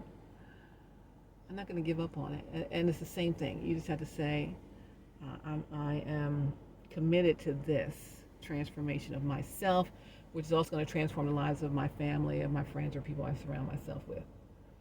Right? And so when you're trying to transform things in your family, and there's been a family dynamic that's been one way for their whole lifetime, it's going to be some pushback. They might not like it. They might think, why are they doing this? I don't believe them. How are they different all of a sudden now? So what? Just be that new, authentic, genuine. Ask for the forgiveness. I knew better, but I didn't know better. I didn't know how to do better. Like I said, I can't hold things against people if they don't know how to do better, because they didn't learn better. They didn't experience the better. Everybody's grows up being raised differently, different dynamics.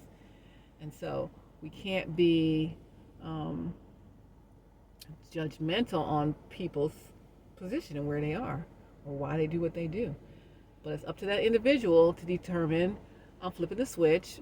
I'm going for the best, my best. Sorry about my past behaviors, my past decisions, and go to whomever it is you want to make amends with or change the dynamic with. Fully open and transparent. Say, wow, I really messed up.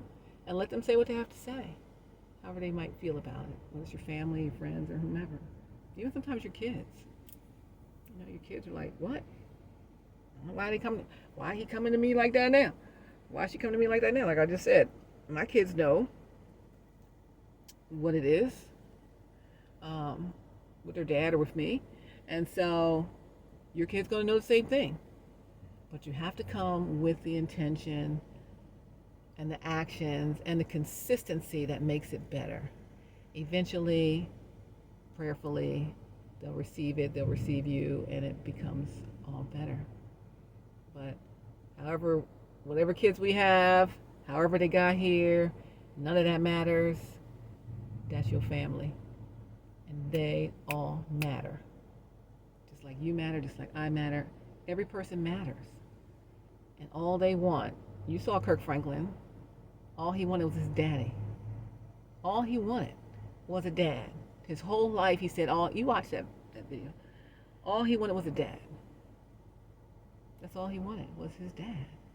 And kids want their dad. My kids want their dad.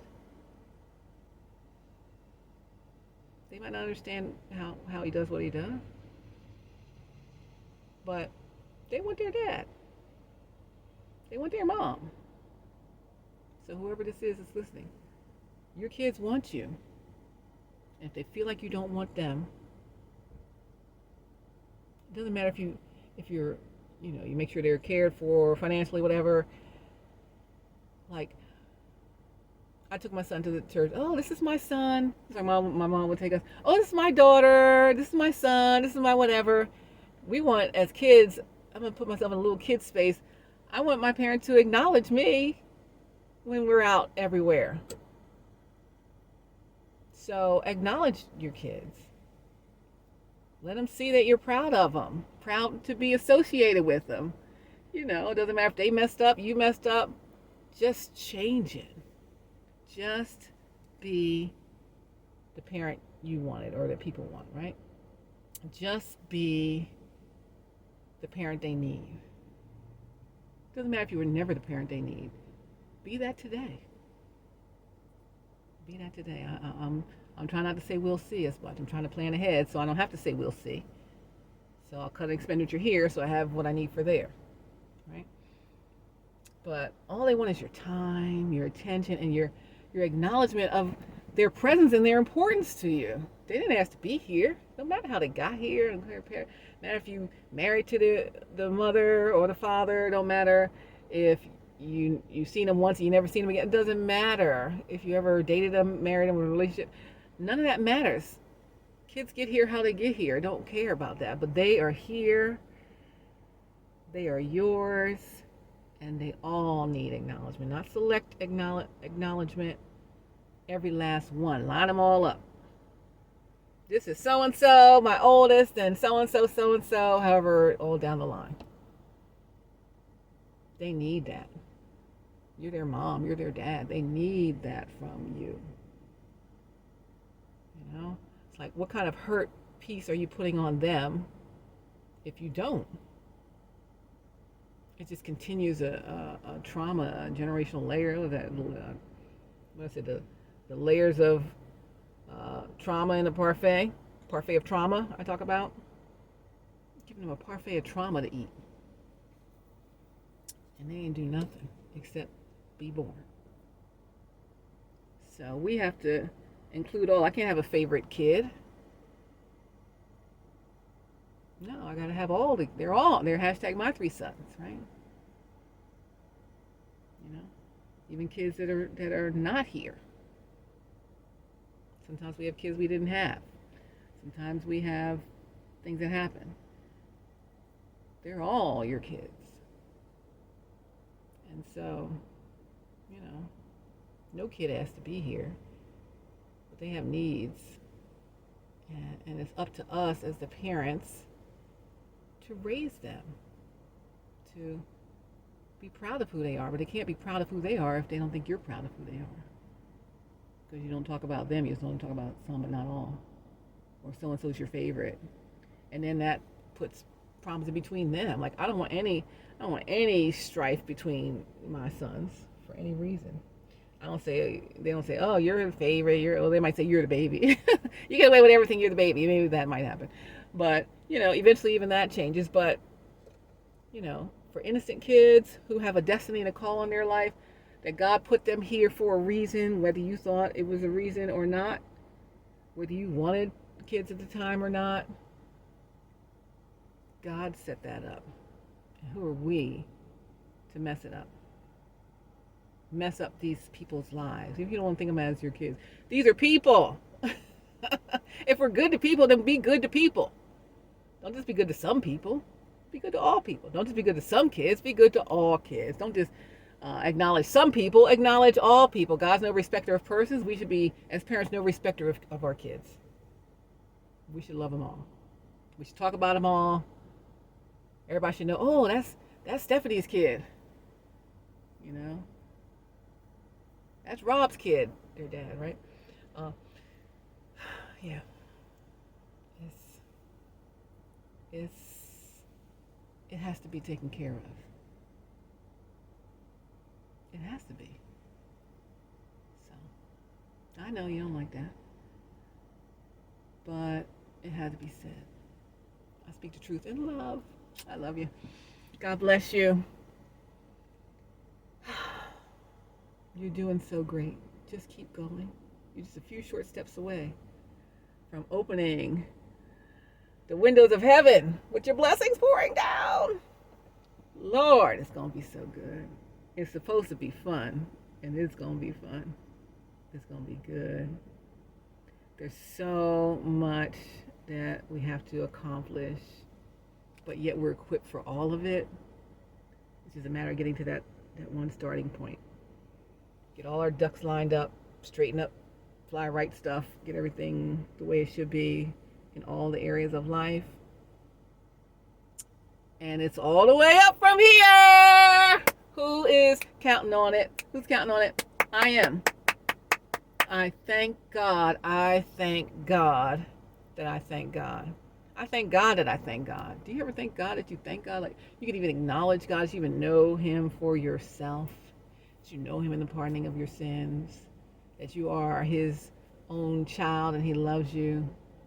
And that He only wants His best for you. And that you deserve it, even though we don't deserve it. You gotta say, I deserve it. Because if you don't even believe that you should get any of the wonderful things that He has for you, you're not gonna get it. You gotta keep that same cycle. I don't want to see you in the same cycle. I hate seeing you in the same cycle. I hate to see you getting hurt by people that don't care about you the way that they should. Maybe because they have their own hurt piece. Again, I don't blame people. I just try to understand the behaviors and where it comes from. And remind myself it's not because of me. You need to remind yourself they don't behave that way to you because of you. And then if there's any fault in what you have done to or for with them, whatever, then accept that responsibility, ask for the forgiveness, and get better. And if they don't get better with you, so be it. They're on their own journey, but you're on your journey, and whose life is it? Yours. I want to see your best life, baby. Let's go. I'm ready. All right, get ready. As TD Jake says, get ready. I'm ready. I'm just like looking. I'm like, oh my gosh. Did you see that? They're doing it. I'm so proud of you. I mean, the transformation is so amazing. I see it all over your face. I see it all over you.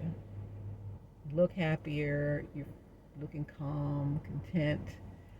You know, you're walking in your blessing. You're walking in your calling in a different way. You're in your transparency, your authenticity, and God can only honor that. Oh my gosh, He just honors that. He honors that. So please keep going. Remind yourself that I'm worthy, I'm worth it. I'm worth making these changes for myself. I want more. I don't want the asterisk next to my name. After the dash, it's my year born, my dash, my year went on to glory, and the asterisk next to it, except they did this, right? I don't want any of that. So I'm trying to erase the asterisk like it never happened. Dash, right? What are you doing with the end of your dash here?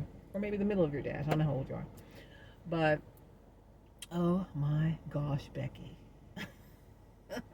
Look at their life. What's that song? Oh my gosh, Becky, look at her. Yeah, you know what I'm talking about. You know what song I'm talking about. They even played it in Shrek. I like, and I cannot lie. You other brothers can't deny. Anyway, you know the song. And they said, oh my gosh, Becky, look at her. Oh my gosh, look at him doing his thing. He's transforming right before our very eyes. What the Wicked Witch of the East said, what a world. She's melting. I'm melting. What a world. So let that old person melt. Pour the water on them. Let them melt. And then come out like Glinda the Good Witch. Or no witch really. But like Glinda. the one who was just full of the love and joy. And let that evil thing go, man. It don't even look good on y'all. Like, don't do it. Don't do it. It's a new season. It's a new day. Fresh anointing, fresh newness. You will never be the same again. In fact, you're going to experience and feel things that you've never felt before. You may already be experiencing and feeling things you've never felt before. When you are loved, you begin to feel this love that is incomparable, like it's indescribable. It's all encompassing. It just grows and grows by the moment, and you're just like, what am I feeling? What is this thing? And it's your future right before your very eyes calling you to your greatness. I'm calling you to your greatness today. I love you, love you, love you. God bless you. Hugs, pats. You're the best. Love you, love you, love you. God bless you, God bless you. I miss you. Y'all need to call me. Let's set up some time to get together. I like to listen. So much to catch up on. I think I put that on Twitter. So much to catch up on. I just need to catch up with you. Let's just find a place to meet up and do that. It'll be so good. It'll be freeing. It's no judgment zone. I tell my students, no judgment zone. What kind of audience are we? And they say supportive. We're a supportive audience of each other. So if I have things to share, I'm going to share them, and you'll be supportive. If you have things to share, you'll share them, and I'll be supportive. And anybody else you connect with, just make sure you're that supportive audience for them. They're that supportive audience for you. And that is where we really get the momentum and the growth and experience the higher level things that God has for us. If we're still struggling down here at this bottom part, we can't keep doing that. So, but I don't believe you're doing that anymore. I believe over these last few months that God is speaking to you in your heart, and there are the transformative spaces that you're into. They seem unfamiliar, they seem different, odd, strange, and you kind of want to go back to your comfort space. But I'm begging you, don't do that. You're so almost there. I'm so proud of you, just almost there. I'm sending you love, sending you kisses, hugs, pats, all of that wonderful stuff. Can't wait to see you. Can't wait to hear you. Can't wait to experience you and your transformed self. I'm so proud of you. I know you never thought it was possible, yet here it is today. And tomorrow is even better. And the next day, and the next day, and the next day. Every round goes higher and higher. You already know. All right, you guys, listen. I got to go. We're coming up on what? Almost an hour and 50 minutes. How much time have I spent over here in this parking lot? It's important, though. It's important dialogue to have. It's important conversation. If the conversational routes are blocked by people, places, and things, and there's no communication access, I can communicate to everybody right through here. Okay, all you have to do is watch, and you'll hear everything I have to say. Check out my Twitter. You'll know everything I'm thinking about that relates to you. All right? Sometimes on Insta, but especially on the Twitter. All right, so keep smiling, keep shining, knowing you can always count on me. For sure. That's what friends are for. But I love you so much. I'm waiting to chat. I'm waiting to catch up. Be at a half a decade here pretty soon. And hey, it's time. Let's glow up. Let's glow up. Right? Let's glow up. Right? What the faith, though? What is little Wayne say? You don't say that. But what the faith, though? Where's your faith? Let's go. Where'd the faith go? 5, 4, 3, 2. I let one go. Where's your faith, though? What the faith, though? 5, 4, 3, 2. Let's go. I let one go. Let one go, and then come get what's yours. All right? Anyway, what I say, you could get it. You could get I was saying in another video. Oh, you could get what you need. You understand what I'm trying to tell you? All right, I'm not gonna go up to 2 hours. I'm gonna stop it in 3 seconds at the 150 mark. I didn't cry my mascara off this morning at the church. They're looking crazy. I don't care, but listen, God is good all the time, and all the time God is good. He is able. He's a keeper. He is faithful. And you take one step, he'll take two.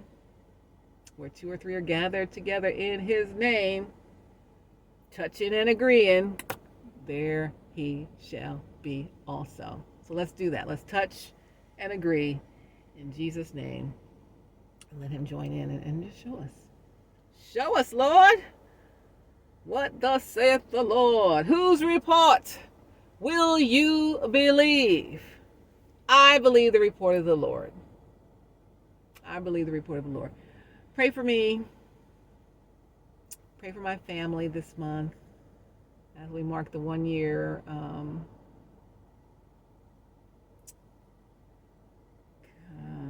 not celebration, commemoration, noting of my mom's transition on to glory, which is great for her. And we know right where she is, and we shall see her again. But yeah, we're going to need your prayers to get through these last couple of weeks of October. All right? So, I'm going to still keep doing what I got to do here, talking to you. And I want you to talk to me. I'm going to pray for you. I want you to pray for me. And I'm prepared. I'm ready to walk in day one. God gave me my preparation for just what my next assignment is. You understand me? So let's go for it. That's only just a few of the stories I told today. There's so much more to say. So much to impart. So much understanding I have with other people. So much with these women that are going through stuff, older and younger. I got the connection with the younger women from my students. You know, they're anyway from straight out of high school into their 30s and maybe some in their 40s. And the guys too. They're straight out of high school or they're in their up to their 40s in the student age range. I don't think I've had anybody over than 40 something. No one's been 50. Well, maybe one person. It's about almost my age. But, you know, usually I'm the age of their mother. So they're not going to connect with me, but they do. Because I am authentic with them. I care about them. They know that. It's a safe space. And they can open up and talk to me. And we talk about our stories. We talk about their stories. And the last thing I'll say is these stories that we're talking about, mine, yours, the things you're about to correct in your family or with your friends or loved ones, those are also going to be stories that builds upon what you do for families in your field or in your calling. When you correct those things, right, you get your kingdom spouse, you make sure all your kids are straight, all of them, you'll be aligned perfectly for that next realm of your calling and what God has for you to do for families. Okay? Right? It will be the ultimate story of transformation. The ultimate of what people do to what they can do, what they are to what they can become. You will be the poster person for that. Pastor Brian said you'd be the runway model for that, right? So let's just go for it. I mean, it's the last painful pieces that are always the ones we drag our feet on. I don't want you to drag your feet anymore.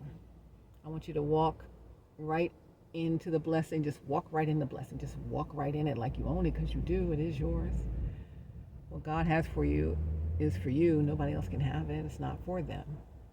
It's for you. But if you keep trying to repeat the lessons, you never really will get it. And again, how long are we going to live? I pray we live forever. But, you know, every day we don't do it is another day lost. We don't get the days back unless he redeems the time, which he can do. He can give us an extra Give us an extra 30 years, Lord. I want to. When I get married, I want to have a 50th anniversary. So how old do I have to be in order to get that? I just posted this couple that had their 70th, I think, wedding anniversary, and she was saying, "Well, I had 5 kids. What's supposed to do?" And he said, "Amen." He said, "I know how to take care of my husband," and he said, "Amen." I'm like, I hear my mama told me what to do. Amen. I think it's on the Twitter. Who posted that? I think it was Benjamin Crump, Attorney Crump, posted this couple who celebrated their 70th wedding anniversary. And she said, I was gonna stay. Amen. I had kids. Amen. I know how to take care of my husband. Amen. My mama taught me that. Amen. I need an amen husband. Like, amen, that's right. And I need to be the amen wife.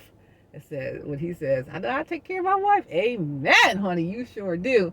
I learned how to, run my household. Amen. I know how to do all that God would have me do as a husband. Amen. Yes, you do. So, anyway, the best is yet to come. The best is yet to come. Happy 40th pastoral anniversary to the Brownings.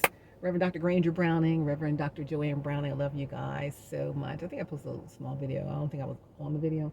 So I want to tell you, hey, from Stephanie Lloyd, your weather lady at News Channel 8, Washington, D.C. I think they're called 24/7 News now. I think they changed the name. But I was your News Channel 8 weather gal, Stephanie Lloyd, then became Stephanie Stallworth. So I was your traffic lady on Channel 8 and then became the weather lady, weeknight weather person. And then after that, I went on to the Weather Channel. But, and then we know the story from there. I had to come back home with postpartum. But it's all part of God's plan and purpose for me and my next assignment. So I'm ready for it. I hope you're ready for it. I think you are ready, and I think I am ready. And hey, let's go. Love, love, love. What did Kirk say? Though the tears may fade away. That was such a great interview, Dr. Bryant. Kudos to you on that. I want to interview you on my streaming service, The Flow. I'd actually like to get a regular interview series going with you, like regular installments, because you have so much wisdom to impart to so many people along your journey. And I think I saw you on the thing, Hardly Initiated. You put that thing down on Hardly Initiated. I was so proud of you to just be clear and transparent and tell these young men what it really is, right? You can relate to them, but yet you can also minister to them. And you can see the transformation even as you were in the middle of the interview for them. And so to have the wisdom and the experience and be able to pour it back into other people when people are thinking all these things these days. Like there's the younger generation is always going to think something. The ones who are young now are going to be our age later, and they're going to be thinking these younger kids, they're thinking this and that. We just need people to impart the wisdom. Don't just keep it to yourself. And I'm glad you did do that. You gave them what they needed to hear, but yet you could relate to some of their concerns and struggles. And it's that authenticity and transparency that makes the difference in your life and in their life and all the lives of people that watched. So no matter what people have to say, because they always going to have something to say, who cares? You got to do what you're called to do. And that's it. And that's what you did. So proud of you for that. Love you for that. What else? And your interview with Kirk Franklin was so good. Y'all could have gone on for a while, too. During the time limit, but he had to perform. Or maybe he was just tired of being all in that space. What did he say? You're the Black Ted Koppel or Peter Jennings. Because the interview questions start out with Ryan Cameron start out with the beach ball, boop, then the volleyball, bloop, then the soccer ball, gook, then the softball, and then the baseball, the golf ball, boink, right on your nose, right? So, hey, it was really good, but I'll say it was good on both of your ends. You with the questioning and knowing what to follow up with, and him in the ability to just be real. And what I think I said about that interview in particular is that, based off of what he said, that God allowed Kirk Franklin to minister to his future self in the songs he wrote over his career. Because he said most of the things he ministered about he didn't have. Family, the love, the feeling of, that help me believe.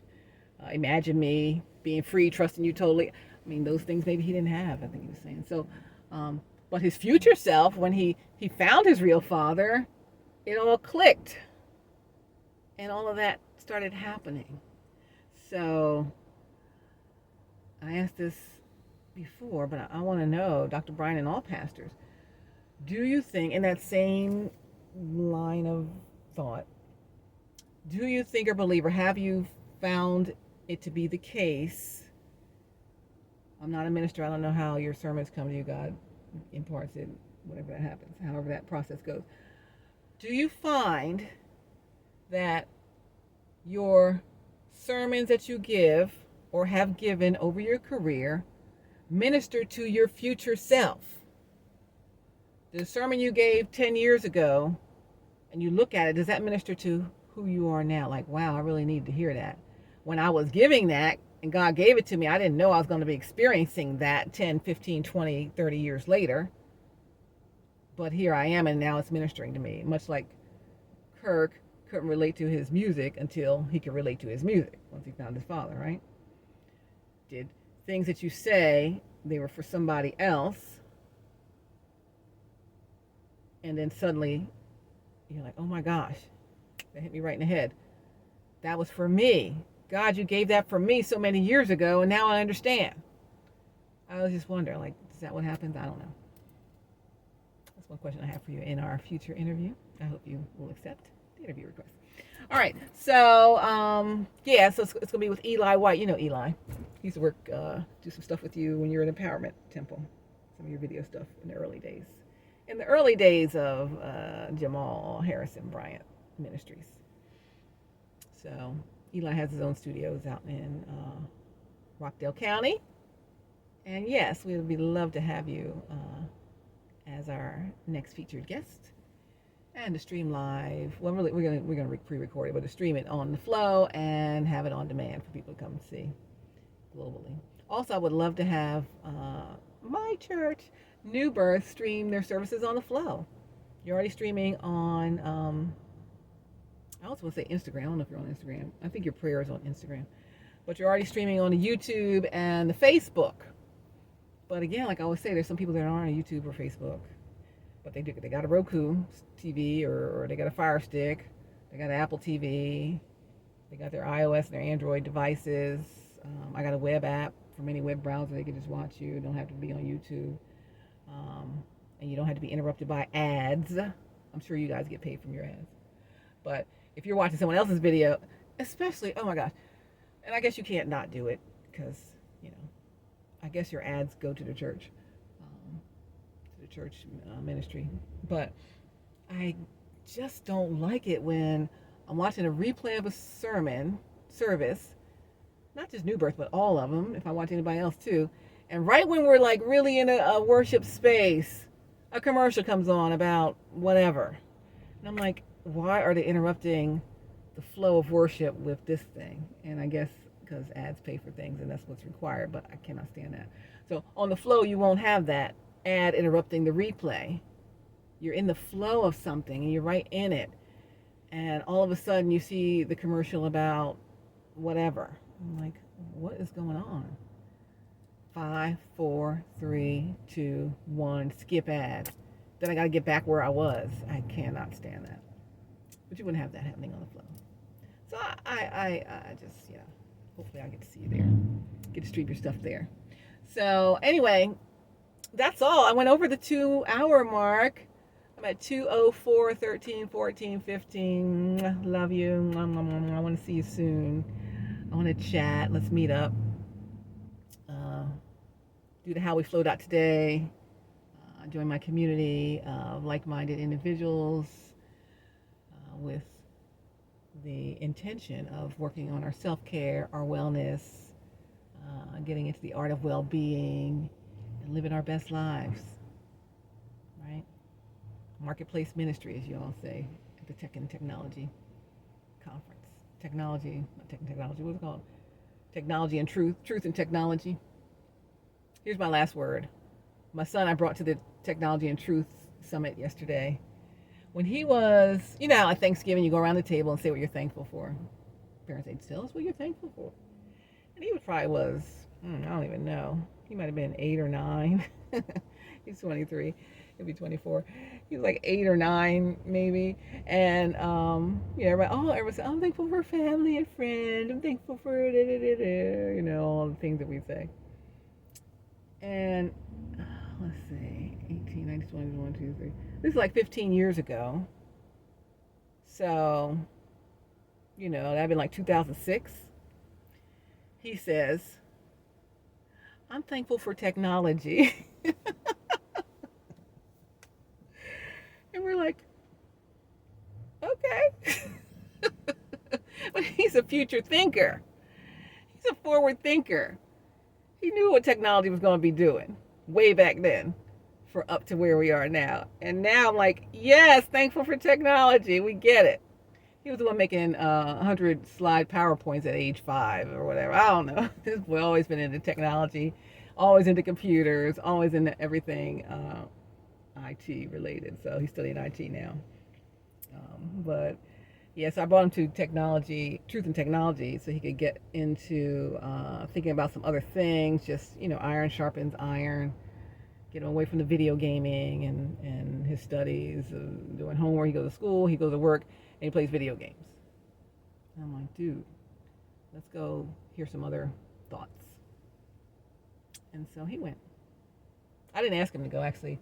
I ordered the tickets and I said, here, come with me to this thing on Saturday. All right, thanks. I texted it to him. He's like, what is this thing?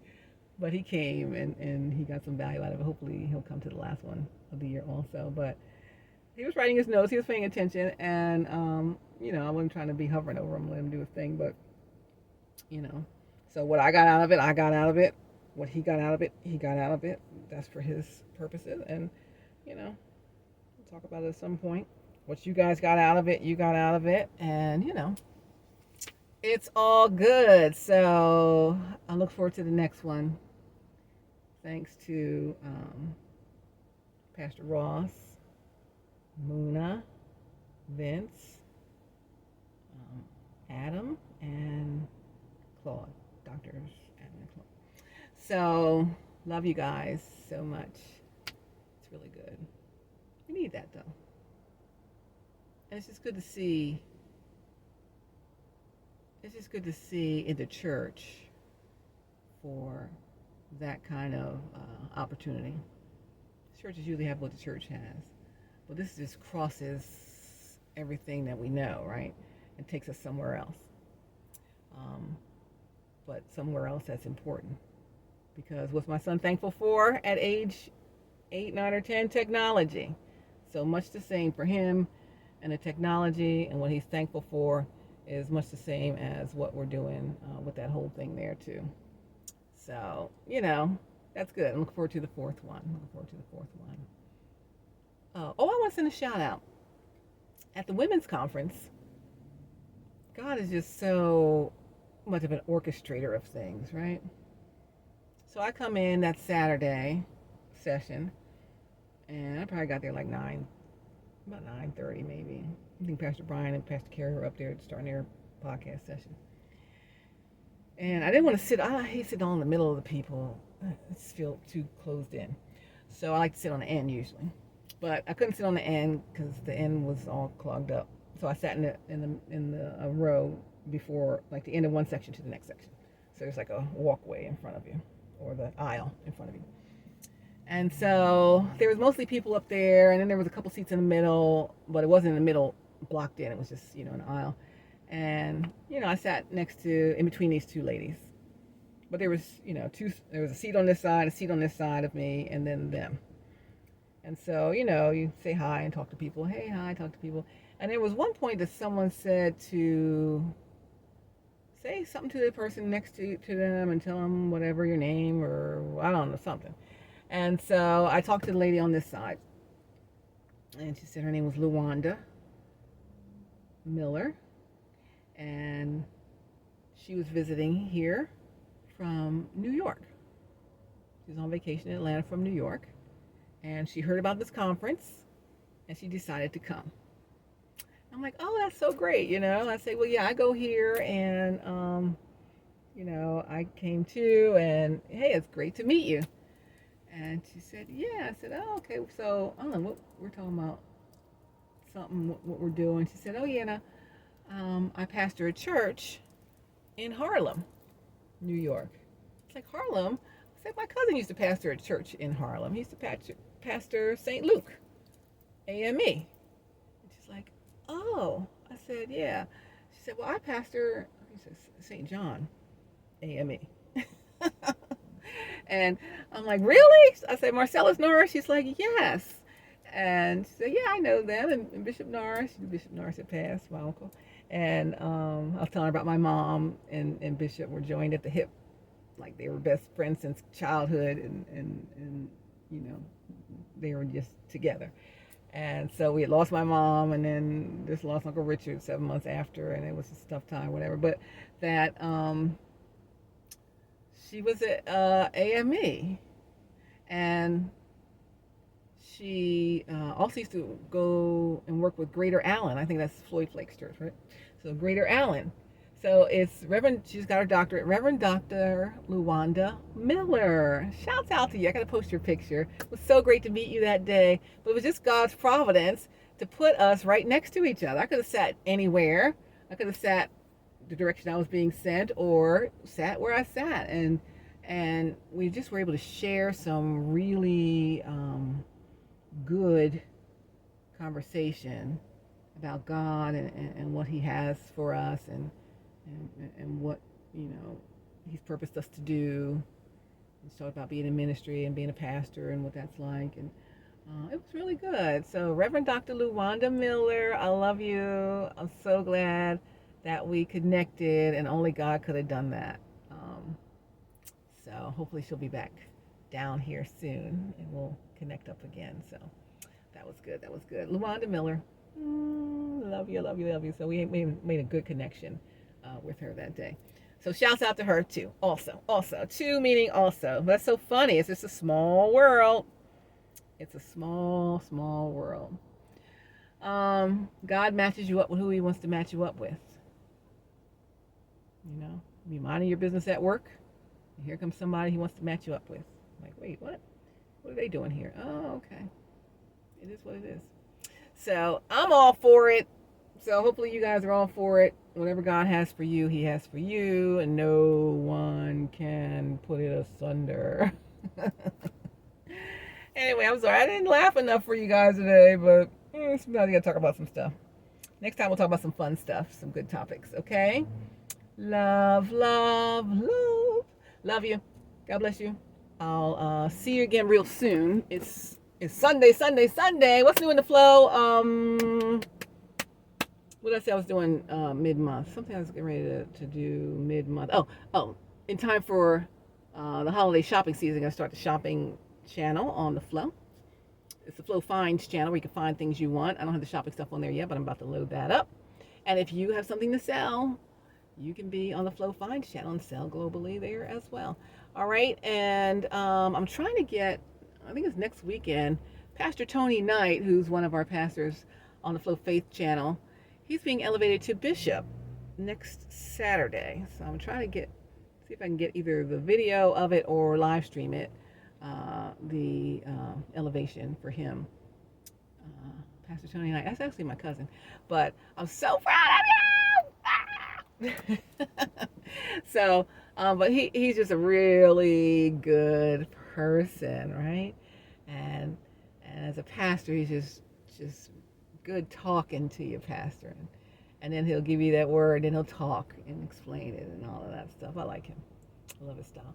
But all my pastors out there, all my faith leaders, evangelists, prophets, all that, you want to be on the Flow Faith channel, I'm happy to have you on board. I spoke with someone at the Truth and Technology about something that they're having coming up here pretty soon, probably beginning of next year. So we're going to partner with them on some stuff. So things are happening in the flow, slowly but steadily, as God allows.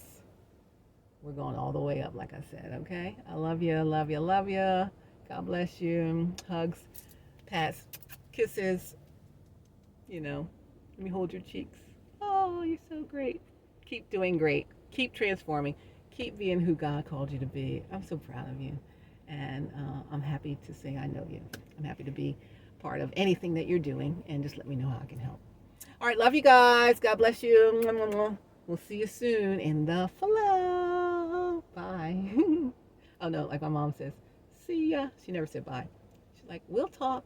So we'll talk. And she says, see ya. See you guys. We'll talk.